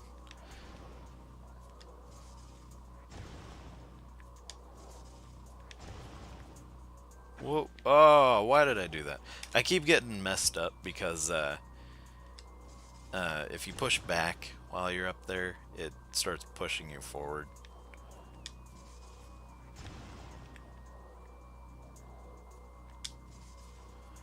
Yeah, there we go.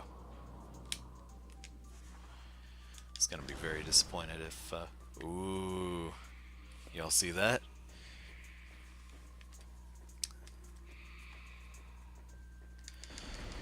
If you didn't see it, you can definitely hear it. That was our first ghost, which we are going to go and bust, I guess.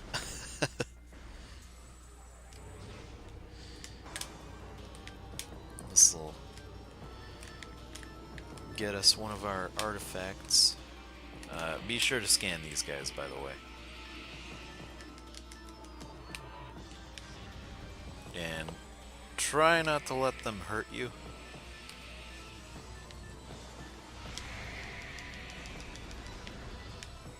Because if they hit you with one of their energy blasts, it'll disorientate your screen. Or your HUD, I should say. Like that. And then it stuns your gun for like a second. If I had the X-ray visor at this point, I would be able to locate these guys no problem. And they'd be done in no time. But unfortunately, that was not in the plan.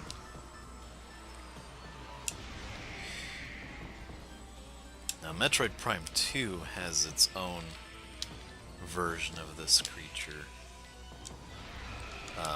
However, they're a lot more forgiving and easy to bypass. If you just wait in a corner long enough, they'll eventually just go away. These guys, however, will stick around. So. Ooh. Ah, I missed him.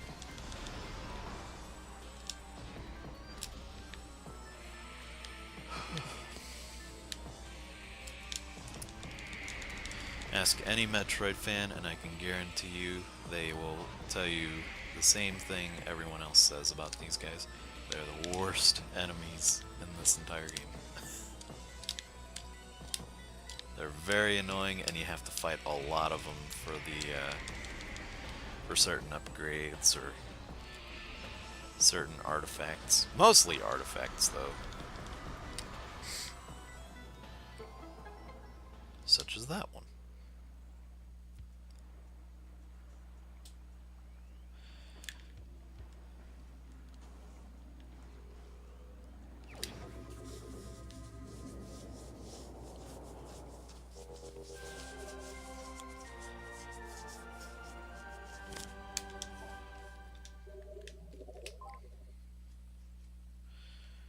Alrighty.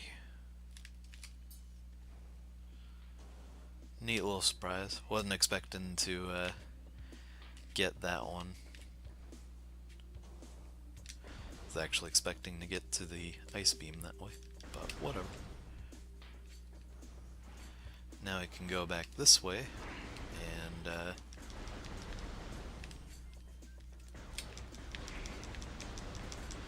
skip along through the meadow weed, or through the venom weed.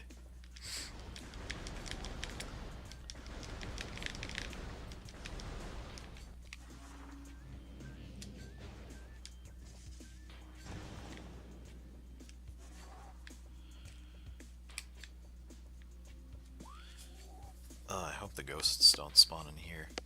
Eventually they'll start spawning in more areas than where they're supposed to be, and the Arboretum is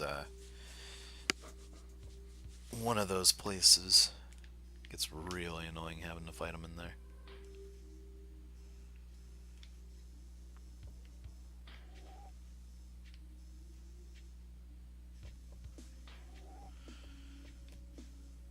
Okay, so our next area, I guess, no, not the magma pool. It's gonna be,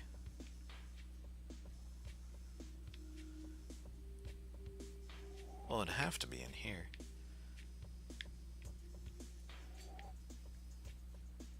I guess it's in the furnace. I'm not entirely sure. Ooh. Oh. Keep forgetting that it's water down here now. There's no poison or anything like that. Still makes you flinch every time you fall into it, though.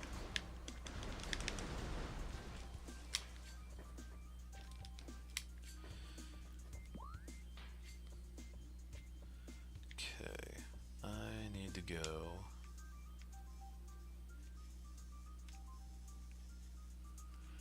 up.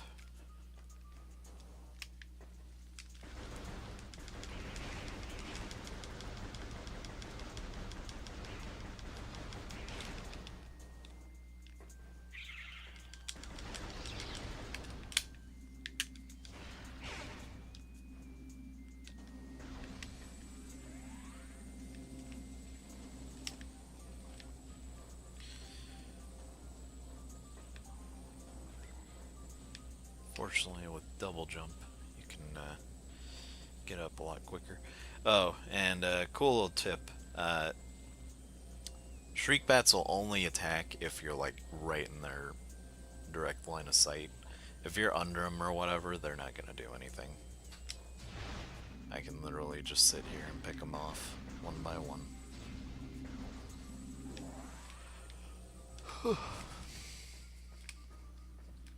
Pretty nifty. Especially if you want to scan them. That's like the best spot to do it.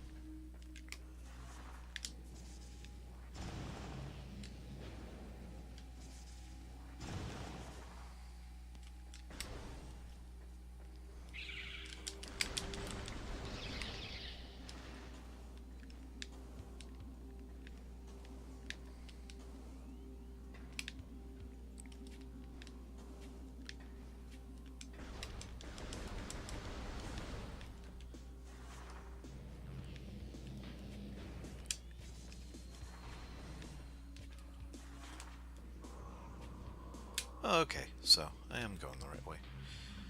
These blocks will disappear, as I just showed off there, after you roll over them. So be sure to boost through, bomb jump up, and get over.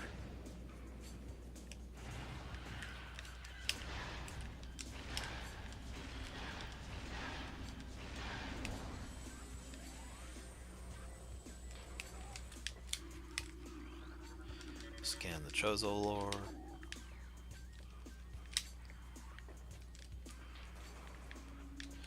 New beetles or parasites here, so be sure to scan them.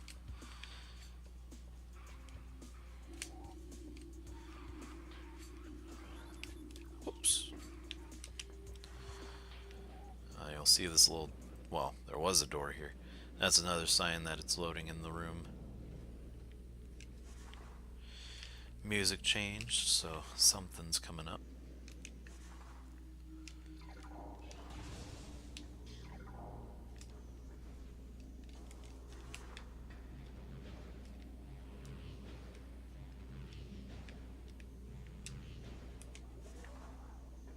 Skills.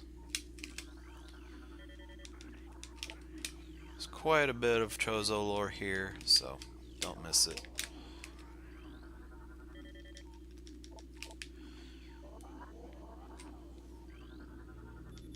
Oh, Cordite.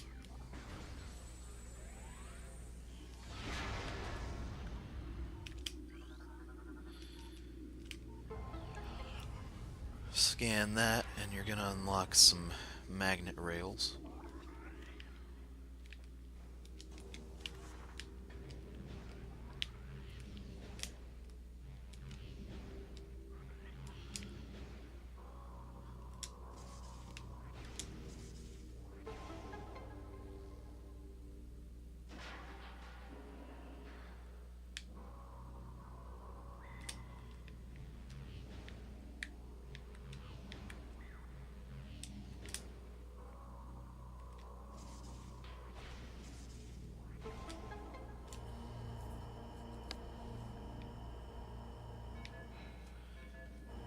Get in there pretty quick. I think it gives you a generous amount of time to get in there though, so I wouldn't worry too much. Get your missile expansion. And I guess that's it for this area. Oh right, there's a door up there.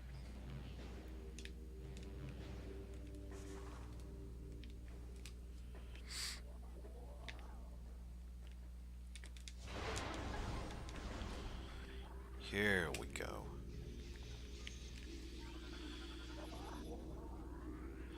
Only the holder of 12 shall face the worm.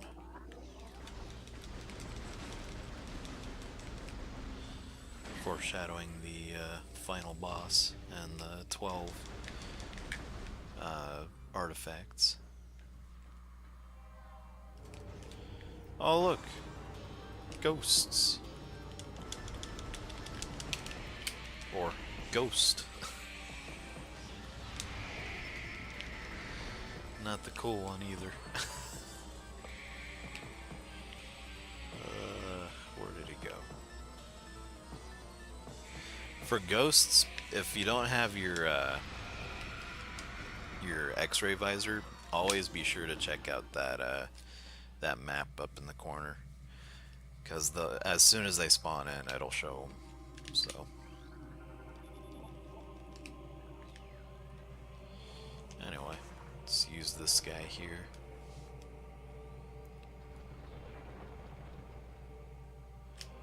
Be gone.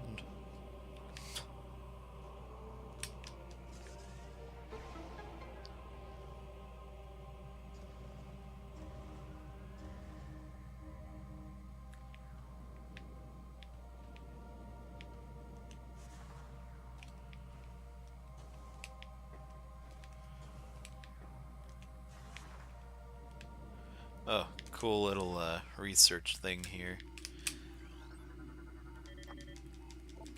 Wish we could have had this earlier. This is a missile recharge station, so if you're running low, you know where to go.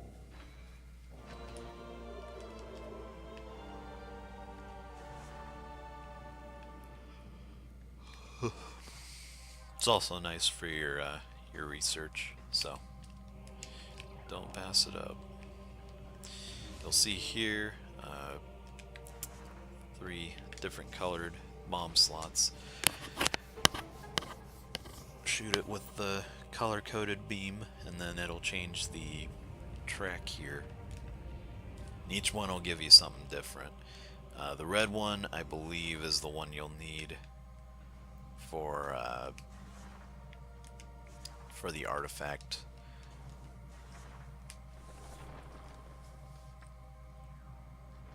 This one, I think, just takes you to where you need to go for the ice beam. Yep.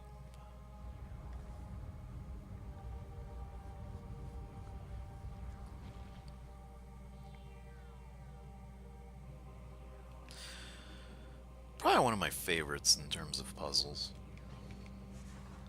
Very simple to do.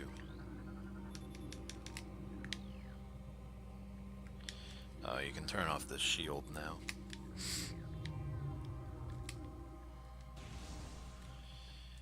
And going in here will take you to our way to the ice beam.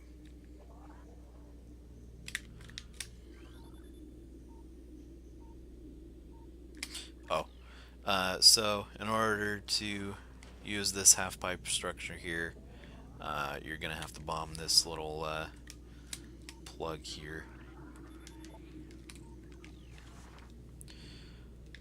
Nothing too special. Don't need no super missiles or whatever. Oh, we just sucked those fish in. Hope they're okay.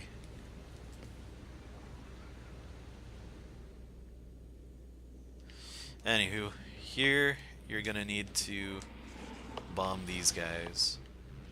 Well, I don't think you have to bomb them all, but I do it just to be on the safe side.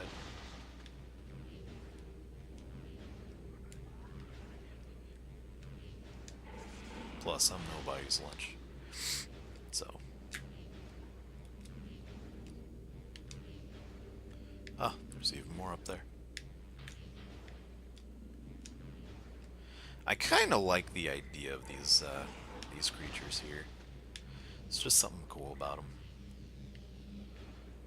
They don't do anything unless you're a morph ball. And if you have the bombs, well, they're pretty much useless. I think there's one more. I could be wrong. I'm just wasting time.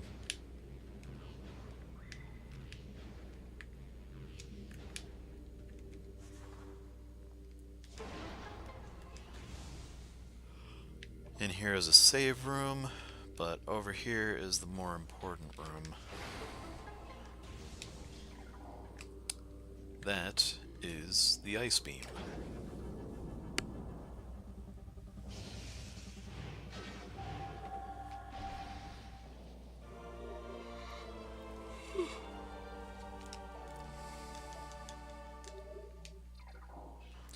now we can open up these white doors with this. And with this we can also freeze enemies. Very, very handy to have. Particularly for space pirates.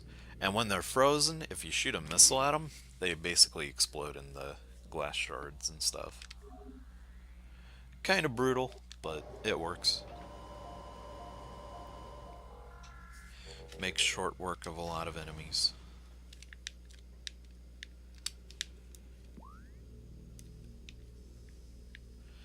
I don't remember where that takes us, but see what's over here first.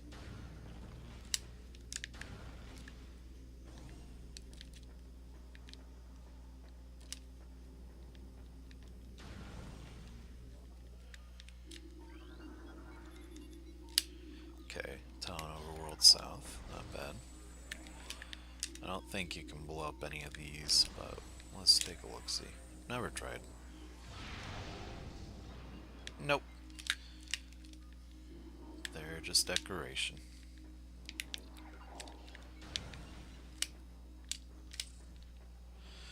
As if y'all didn't notice, there was a hole in the wall in that save room. The frogs are back. Toads.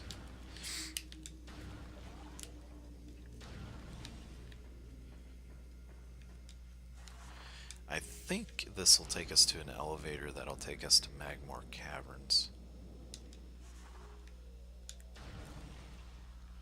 Oh, took us to an elevator. Overworld East. I guess we'll go down both. Why not?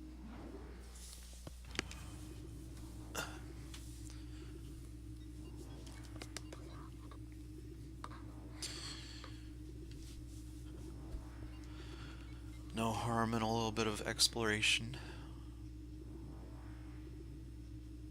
Might find something cool.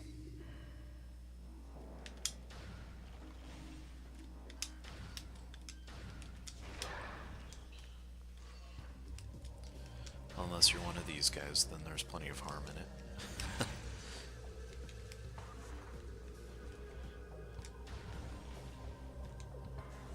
Ooh, I almost went in there blindly.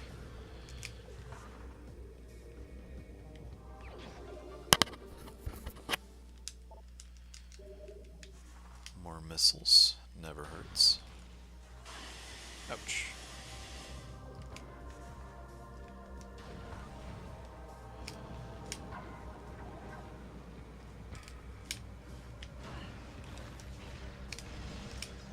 Looks like we're making some progress.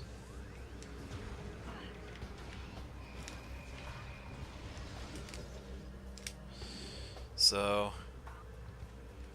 if you haven't noticed, this is the crash site for the frigate that we were on in the beginning of the game. It is still relatively intact, so pretty neat. There's some survivors from the crash. We're gonna freeze him and... oh, never mind. Not gonna freeze him at all. I don't want to fall too far down there because I kind of want to go back up and go through the other side. And he just got obliterated. Goodness.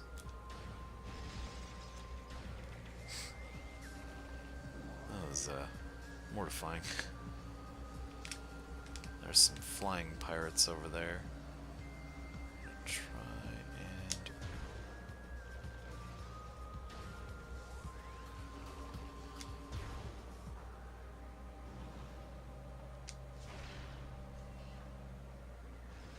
yeah, cool. We'll do a little more... oh, never mind. We're gonna go exploring now, I guess.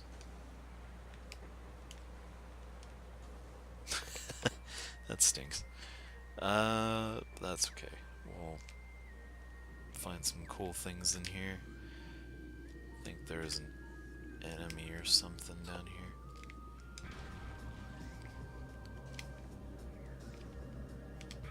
Shooting your ice beam down here will not freeze the water completely. Thank goodness. So feel free to shoot your ice beam as much as you want. Same goes for the wave beam. It won't electrocute you if you shoot it down here.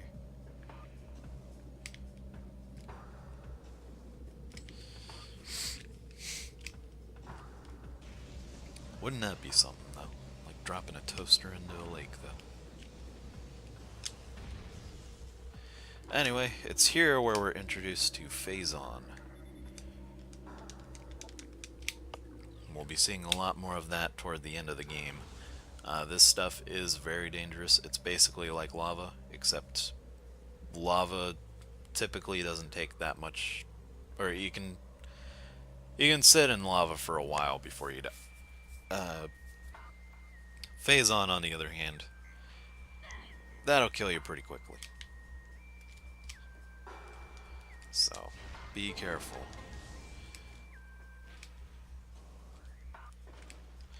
Eventually we're going to go to a place where that's pretty much everywhere.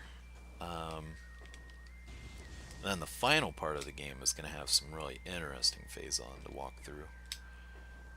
Or more so, jump away from. Oh, those are leaves. Never mind.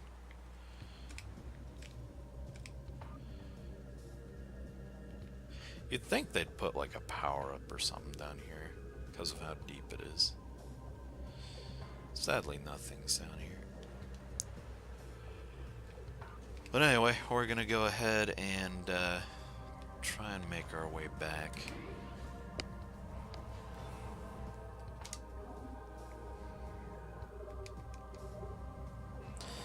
I kind of want to go to Phendrana Drifts before.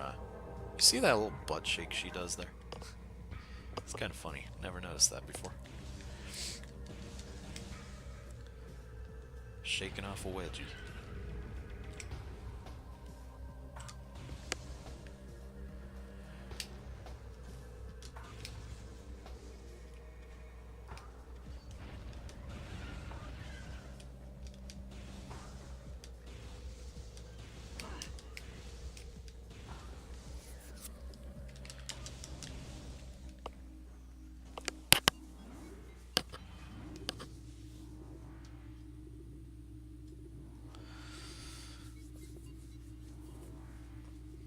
But we're gonna go to Phendrana Drifts, back to the pirate area, and see what we can find there. Because there was that white door at the very end. I'm not sure if we can do much there, but I gotta see. Is there a quick way to that room? Or to an elevator there? That little room there we'll be visiting after we get a certain item from Phendrana Drifts. I'm hoping we get it before we go to the area that we're supposed to go to.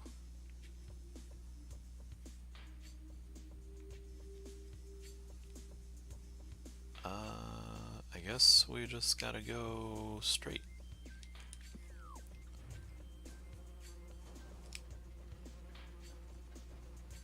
Oh, by the way, now we can definitely take this guy out with ease. Beetle no more.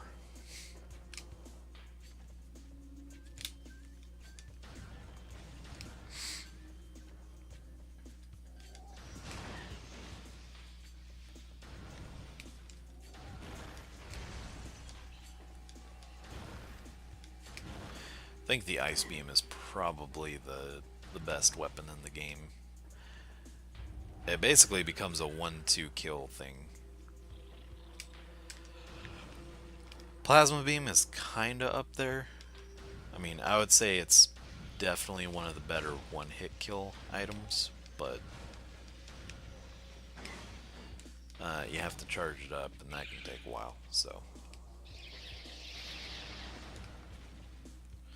I think I'm going the... Oh no, I'm going the right way. Pretty sure I am.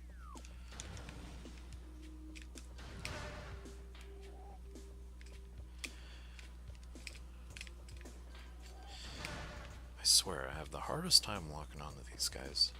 That's what makes them so dangerous.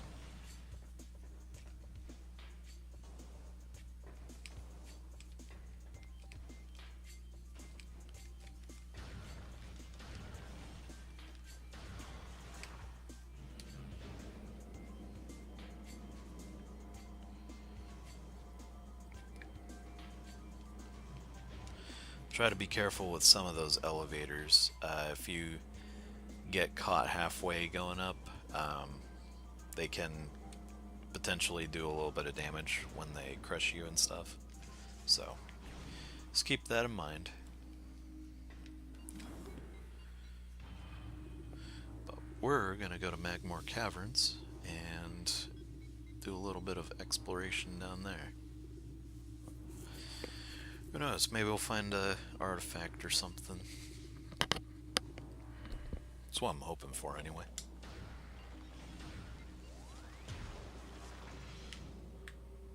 Bonk.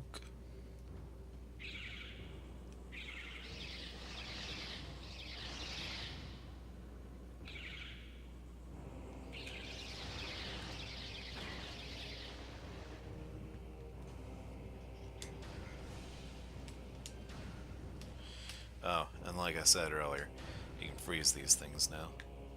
And as far as I'm aware, I think they stay frozen once you shoot them. At least I think, anyway. Or if you can blow them up. Nope.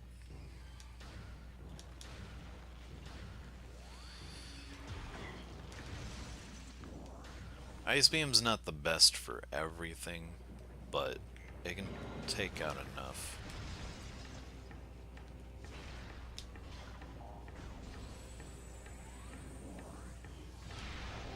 There's the artifact.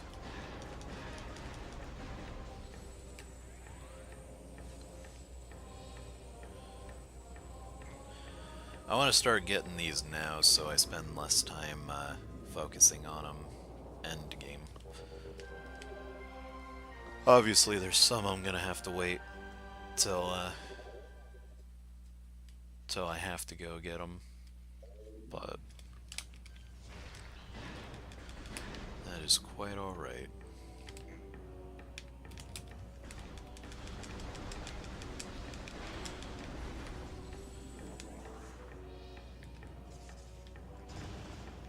So those ones end up being worth going through and finding them.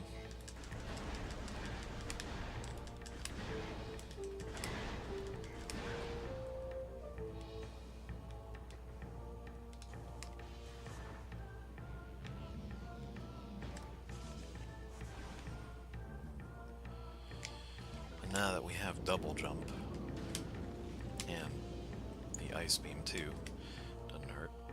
We can jump over this area and ignore these little jerks down here. Later, suckers.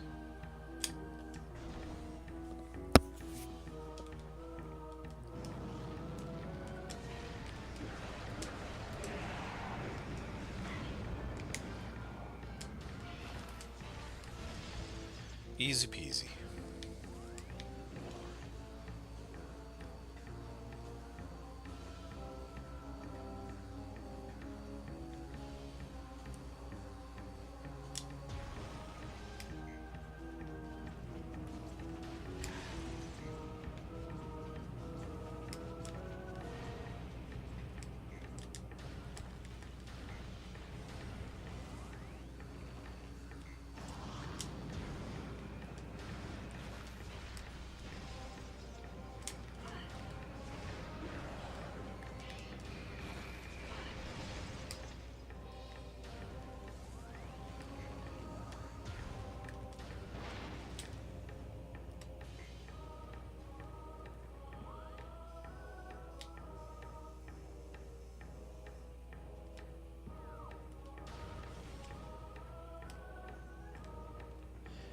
And in here, if we had power bombs, we could go ahead and grab the missile upgrade for this beam here. I believe this is the one my friend was having trouble finding.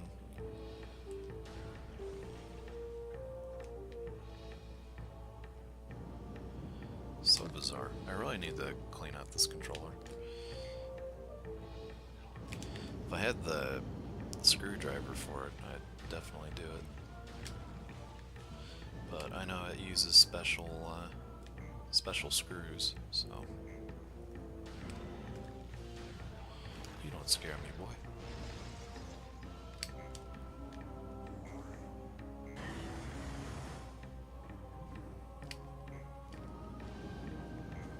Whew.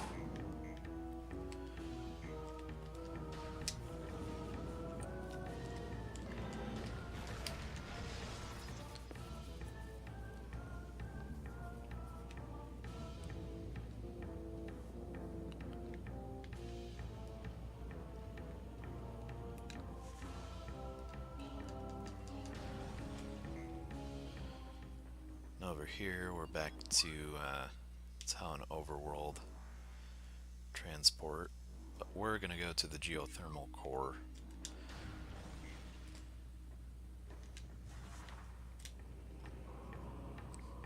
Where I'm almost certain you can get something over there.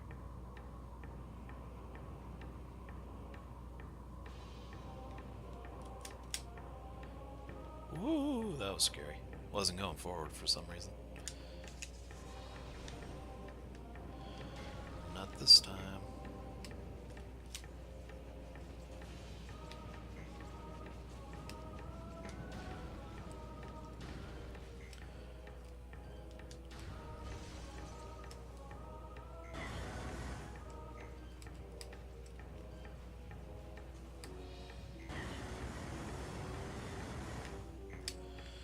Not even phased.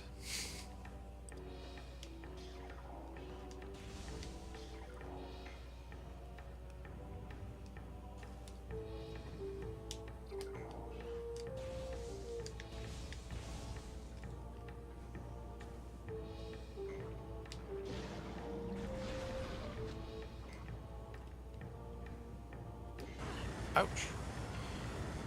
Ooh, that could have been bad. Goodness. Alright, I need to figure out a way to get up there.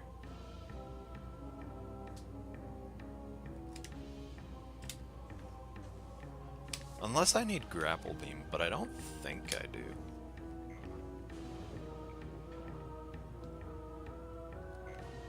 I'm pretty sure all I've got to do is find a way to jump up. Oh, these guys were running me.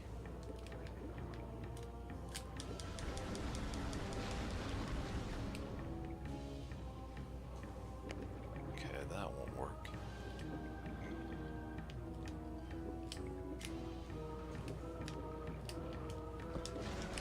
I'm probably just wasting my time in here, too. Oh, no, wait a minute. Oh, that's right. There's like invisible platforms in here, aren't there? Oh, no. It's just, these.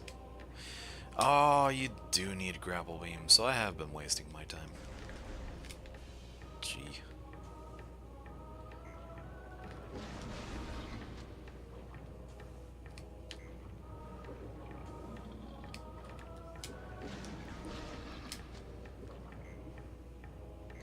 Well, either way, we're still going to Phendrana Drifts. Because I still want to go and see what's behind that, that door. Actually, you know what? Forget that. We're just gonna go straight to where we need to go.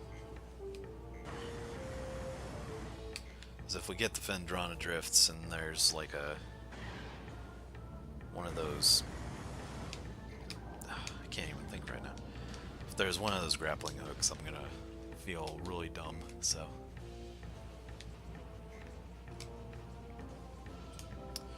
No dice, we're just gonna go on the normal pathway after we freeze these, though.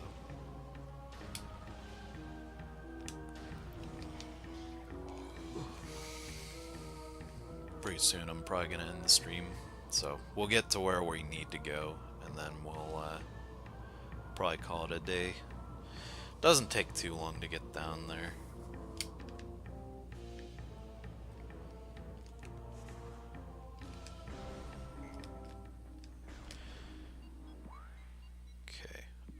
West.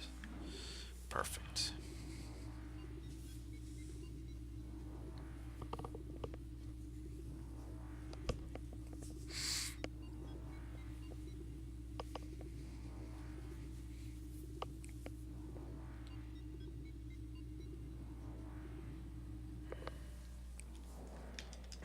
Wish they'd add like funny elevator music to those scenes.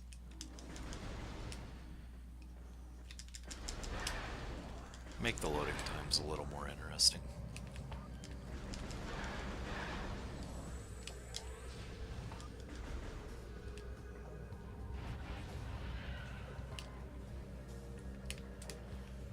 Oh, thought that was a rock I could blow up with bombs.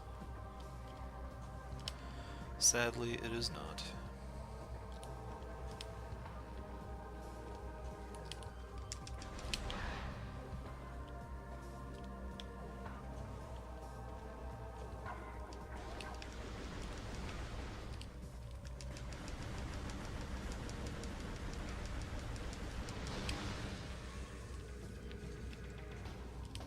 Keep thinking the green gas that comes out of them can hurt me, because usually that's the case. You know, you have like green gas come out and then it completely destroys your armor.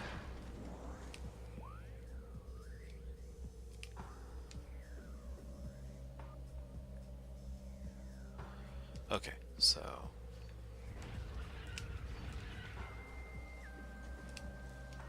I need to go this way.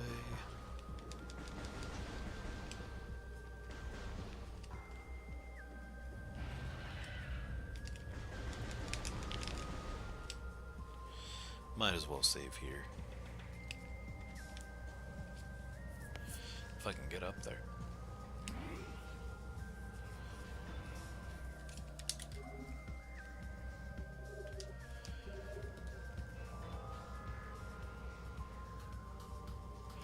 Shake, shake, shake.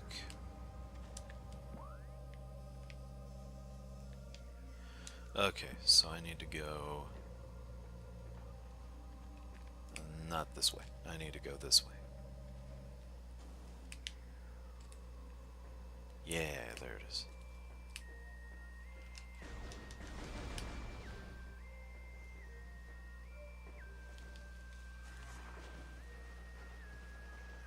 Love that camera shot, by the way.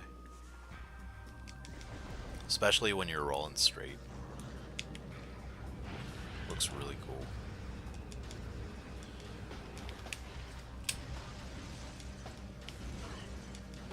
For weaker enemies, typically the ice beam is the way to go, because it'll shatter them instantly.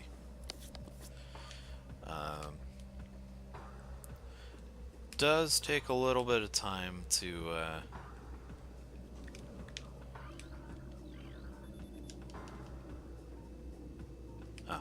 it does take a little bit of time to recuperate your weapon after that, though. Okay, this is what I was looking for the first time I landed in here. So these gel zap things, they're when they open up, they drag you in. So best thing to do is use your ice beam, freeze them in place, and then just shoot them with a missile.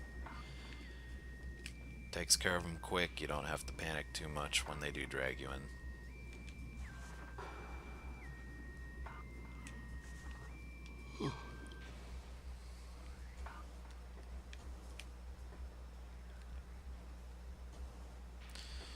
And we're gonna go ahead and jump into the crash site with our new weapon.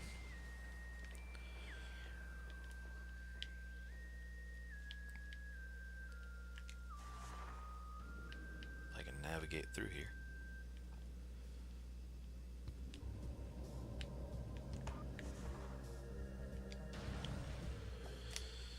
So this area, this is kind of why I was wanting to go to Fendrana Drifts first, but at the same time I know I'm probably going to need the grappling beam to get that item. But here there's going to be just tons and tons of water, so you're going to be very slow, and without the gravity suit, this place is just going to be a nightmare.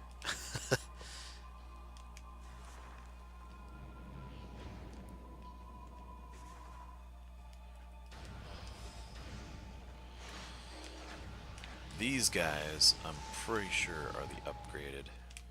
Wow, didn't close on me. Are the upgraded version. Nope, they're the original version. There's an upgraded version of the turrets, which we'll come across soon enough. There's the grating with the circuit in it. I think it'll be in the area we're heading to.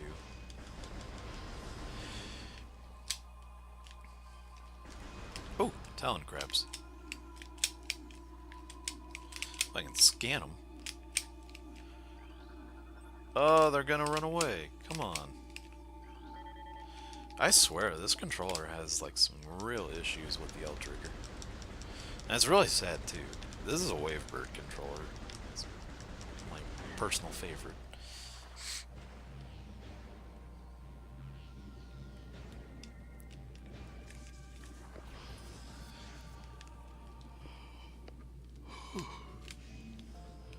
So here's gonna be another new creature entry, I think. Or maybe it's just those guys. Oh, here's something.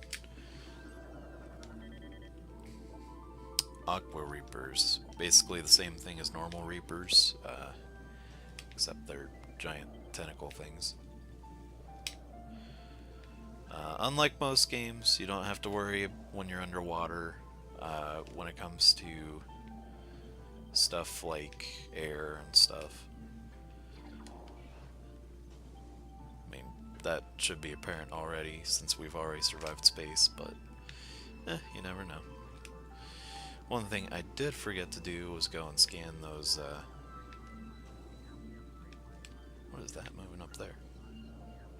I forgot to shoot those circuit breakers. Circuits, whatever they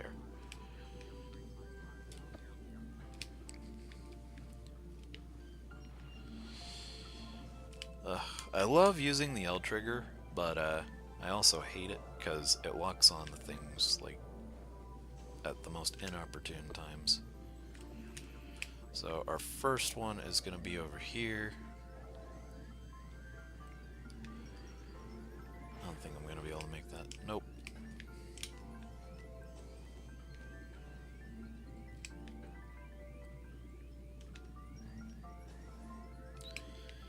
Made it that time though.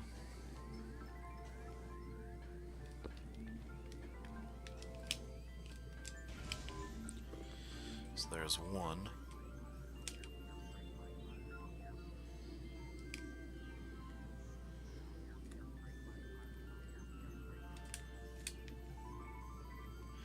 I guess I missed a couple of them.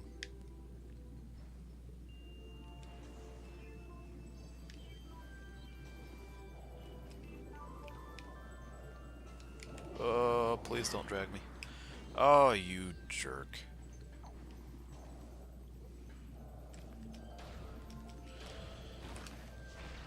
By the way, a missile trick doesn't work on these guys.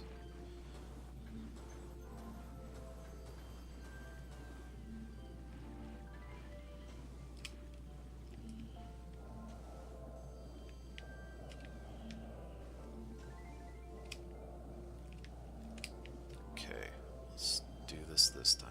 Come on. Open up.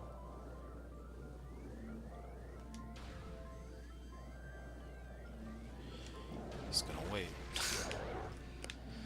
It's terrible, terrible enemy placement.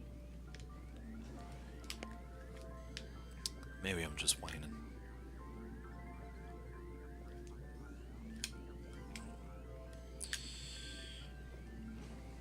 Come on, open up. I know you're gonna do it.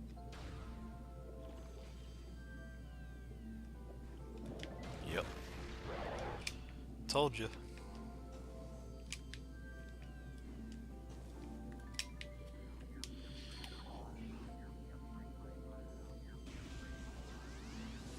Man, I guess I did waste my time going up here.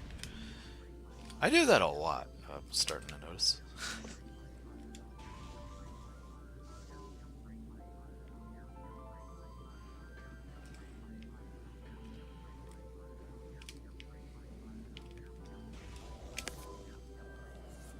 Alrighty. Door should be open now, unless there's 4 that I need to activate. But I'm pretty sure that's all of them.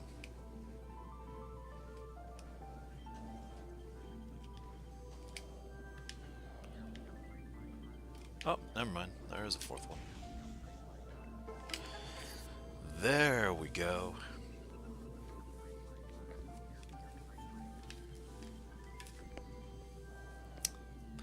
My fingers are falling asleep. Something that I'm about needing to get off. Whoop.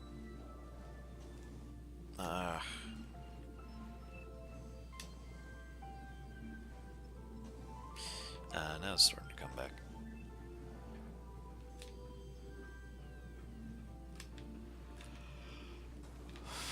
I dashed. That's the problem with the L button, or the L trigger. Like I said, you lock onto things, and then when you do jumps and stuff, it can become your worst nightmare.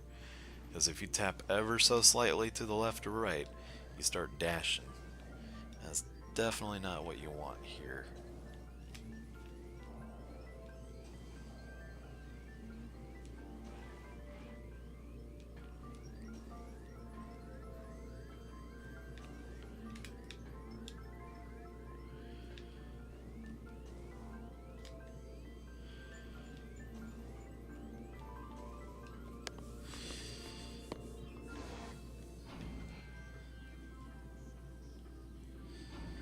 This all probably looks really familiar to some of you guys.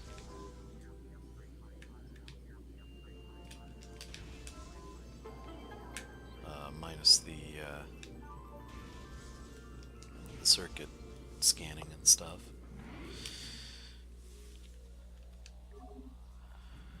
That room that we were in, though, was where we fought the our first boss, the giant parasite queen.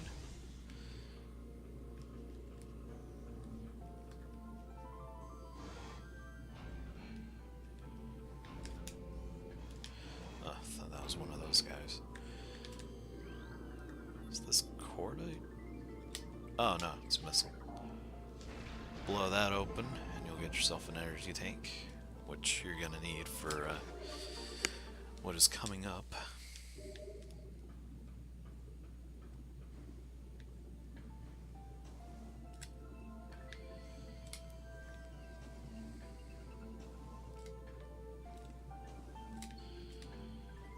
Guess I can jump up there normally. Oh, was I really supposed to go to Phendrana Drifts?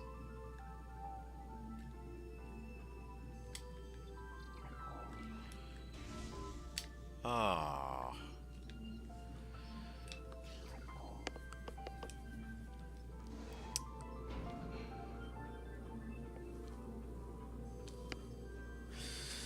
Well, okay. Looks like we're climbing back up. My apologies. I thought we were supposed to be over here. Apparently we're supposed to go to Phendrana Drifts and get the gravity suit after all. So, my bad. I'll go ahead and probably just head to Phendrana Drifts and call it there. But hey, at least you guys got to see the ship. Oh, that worked out so much better than I really thought it was going to. Oh, that bums me out though. I really thought that we were supposed to go down there and get the grapple beam.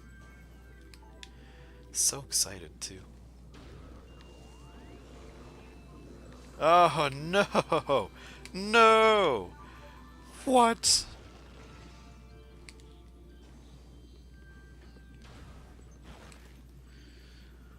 I'm starting to see the error in my ways.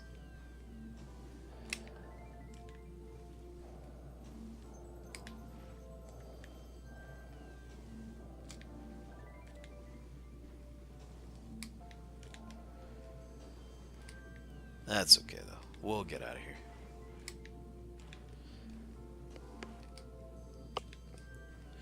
In the meantime, we can enjoy all these little specks floating around and the fish too.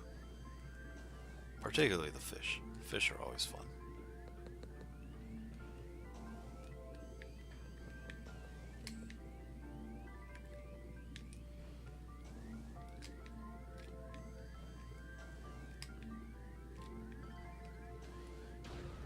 Except for that one. That one's mean.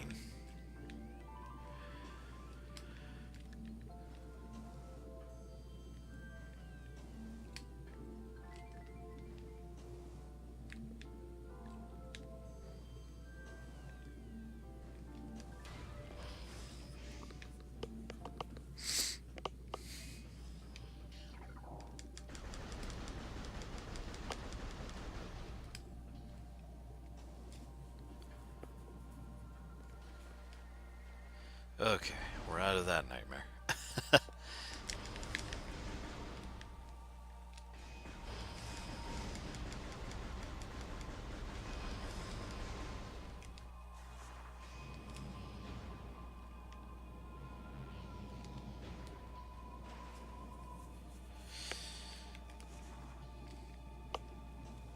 Listening to my speakers, I can hear that the audio capture is kinda out of sync in terms of how it's recording sound and the visuals. It's not out of sync by much, but it's enough to where I can notice.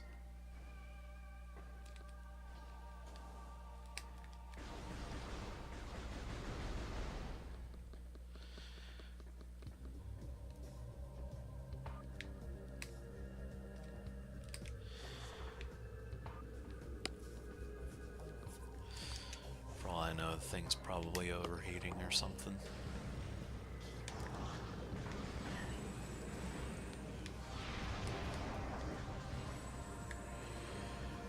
See, I really wish there was a way to get back up there.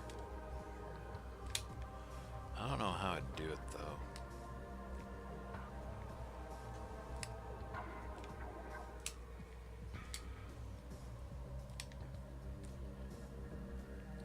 Oh well. I think I'll just go ahead and save at the ship, and then we'll just end it there. Especially now that the sound's off and stuff.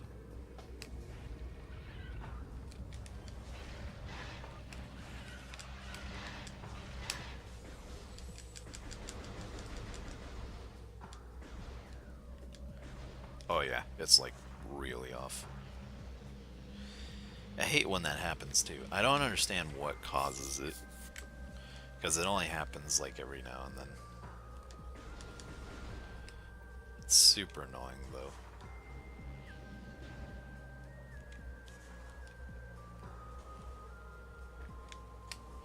Yet another reason for me to invest some money into a new screen capture, or not screen capture,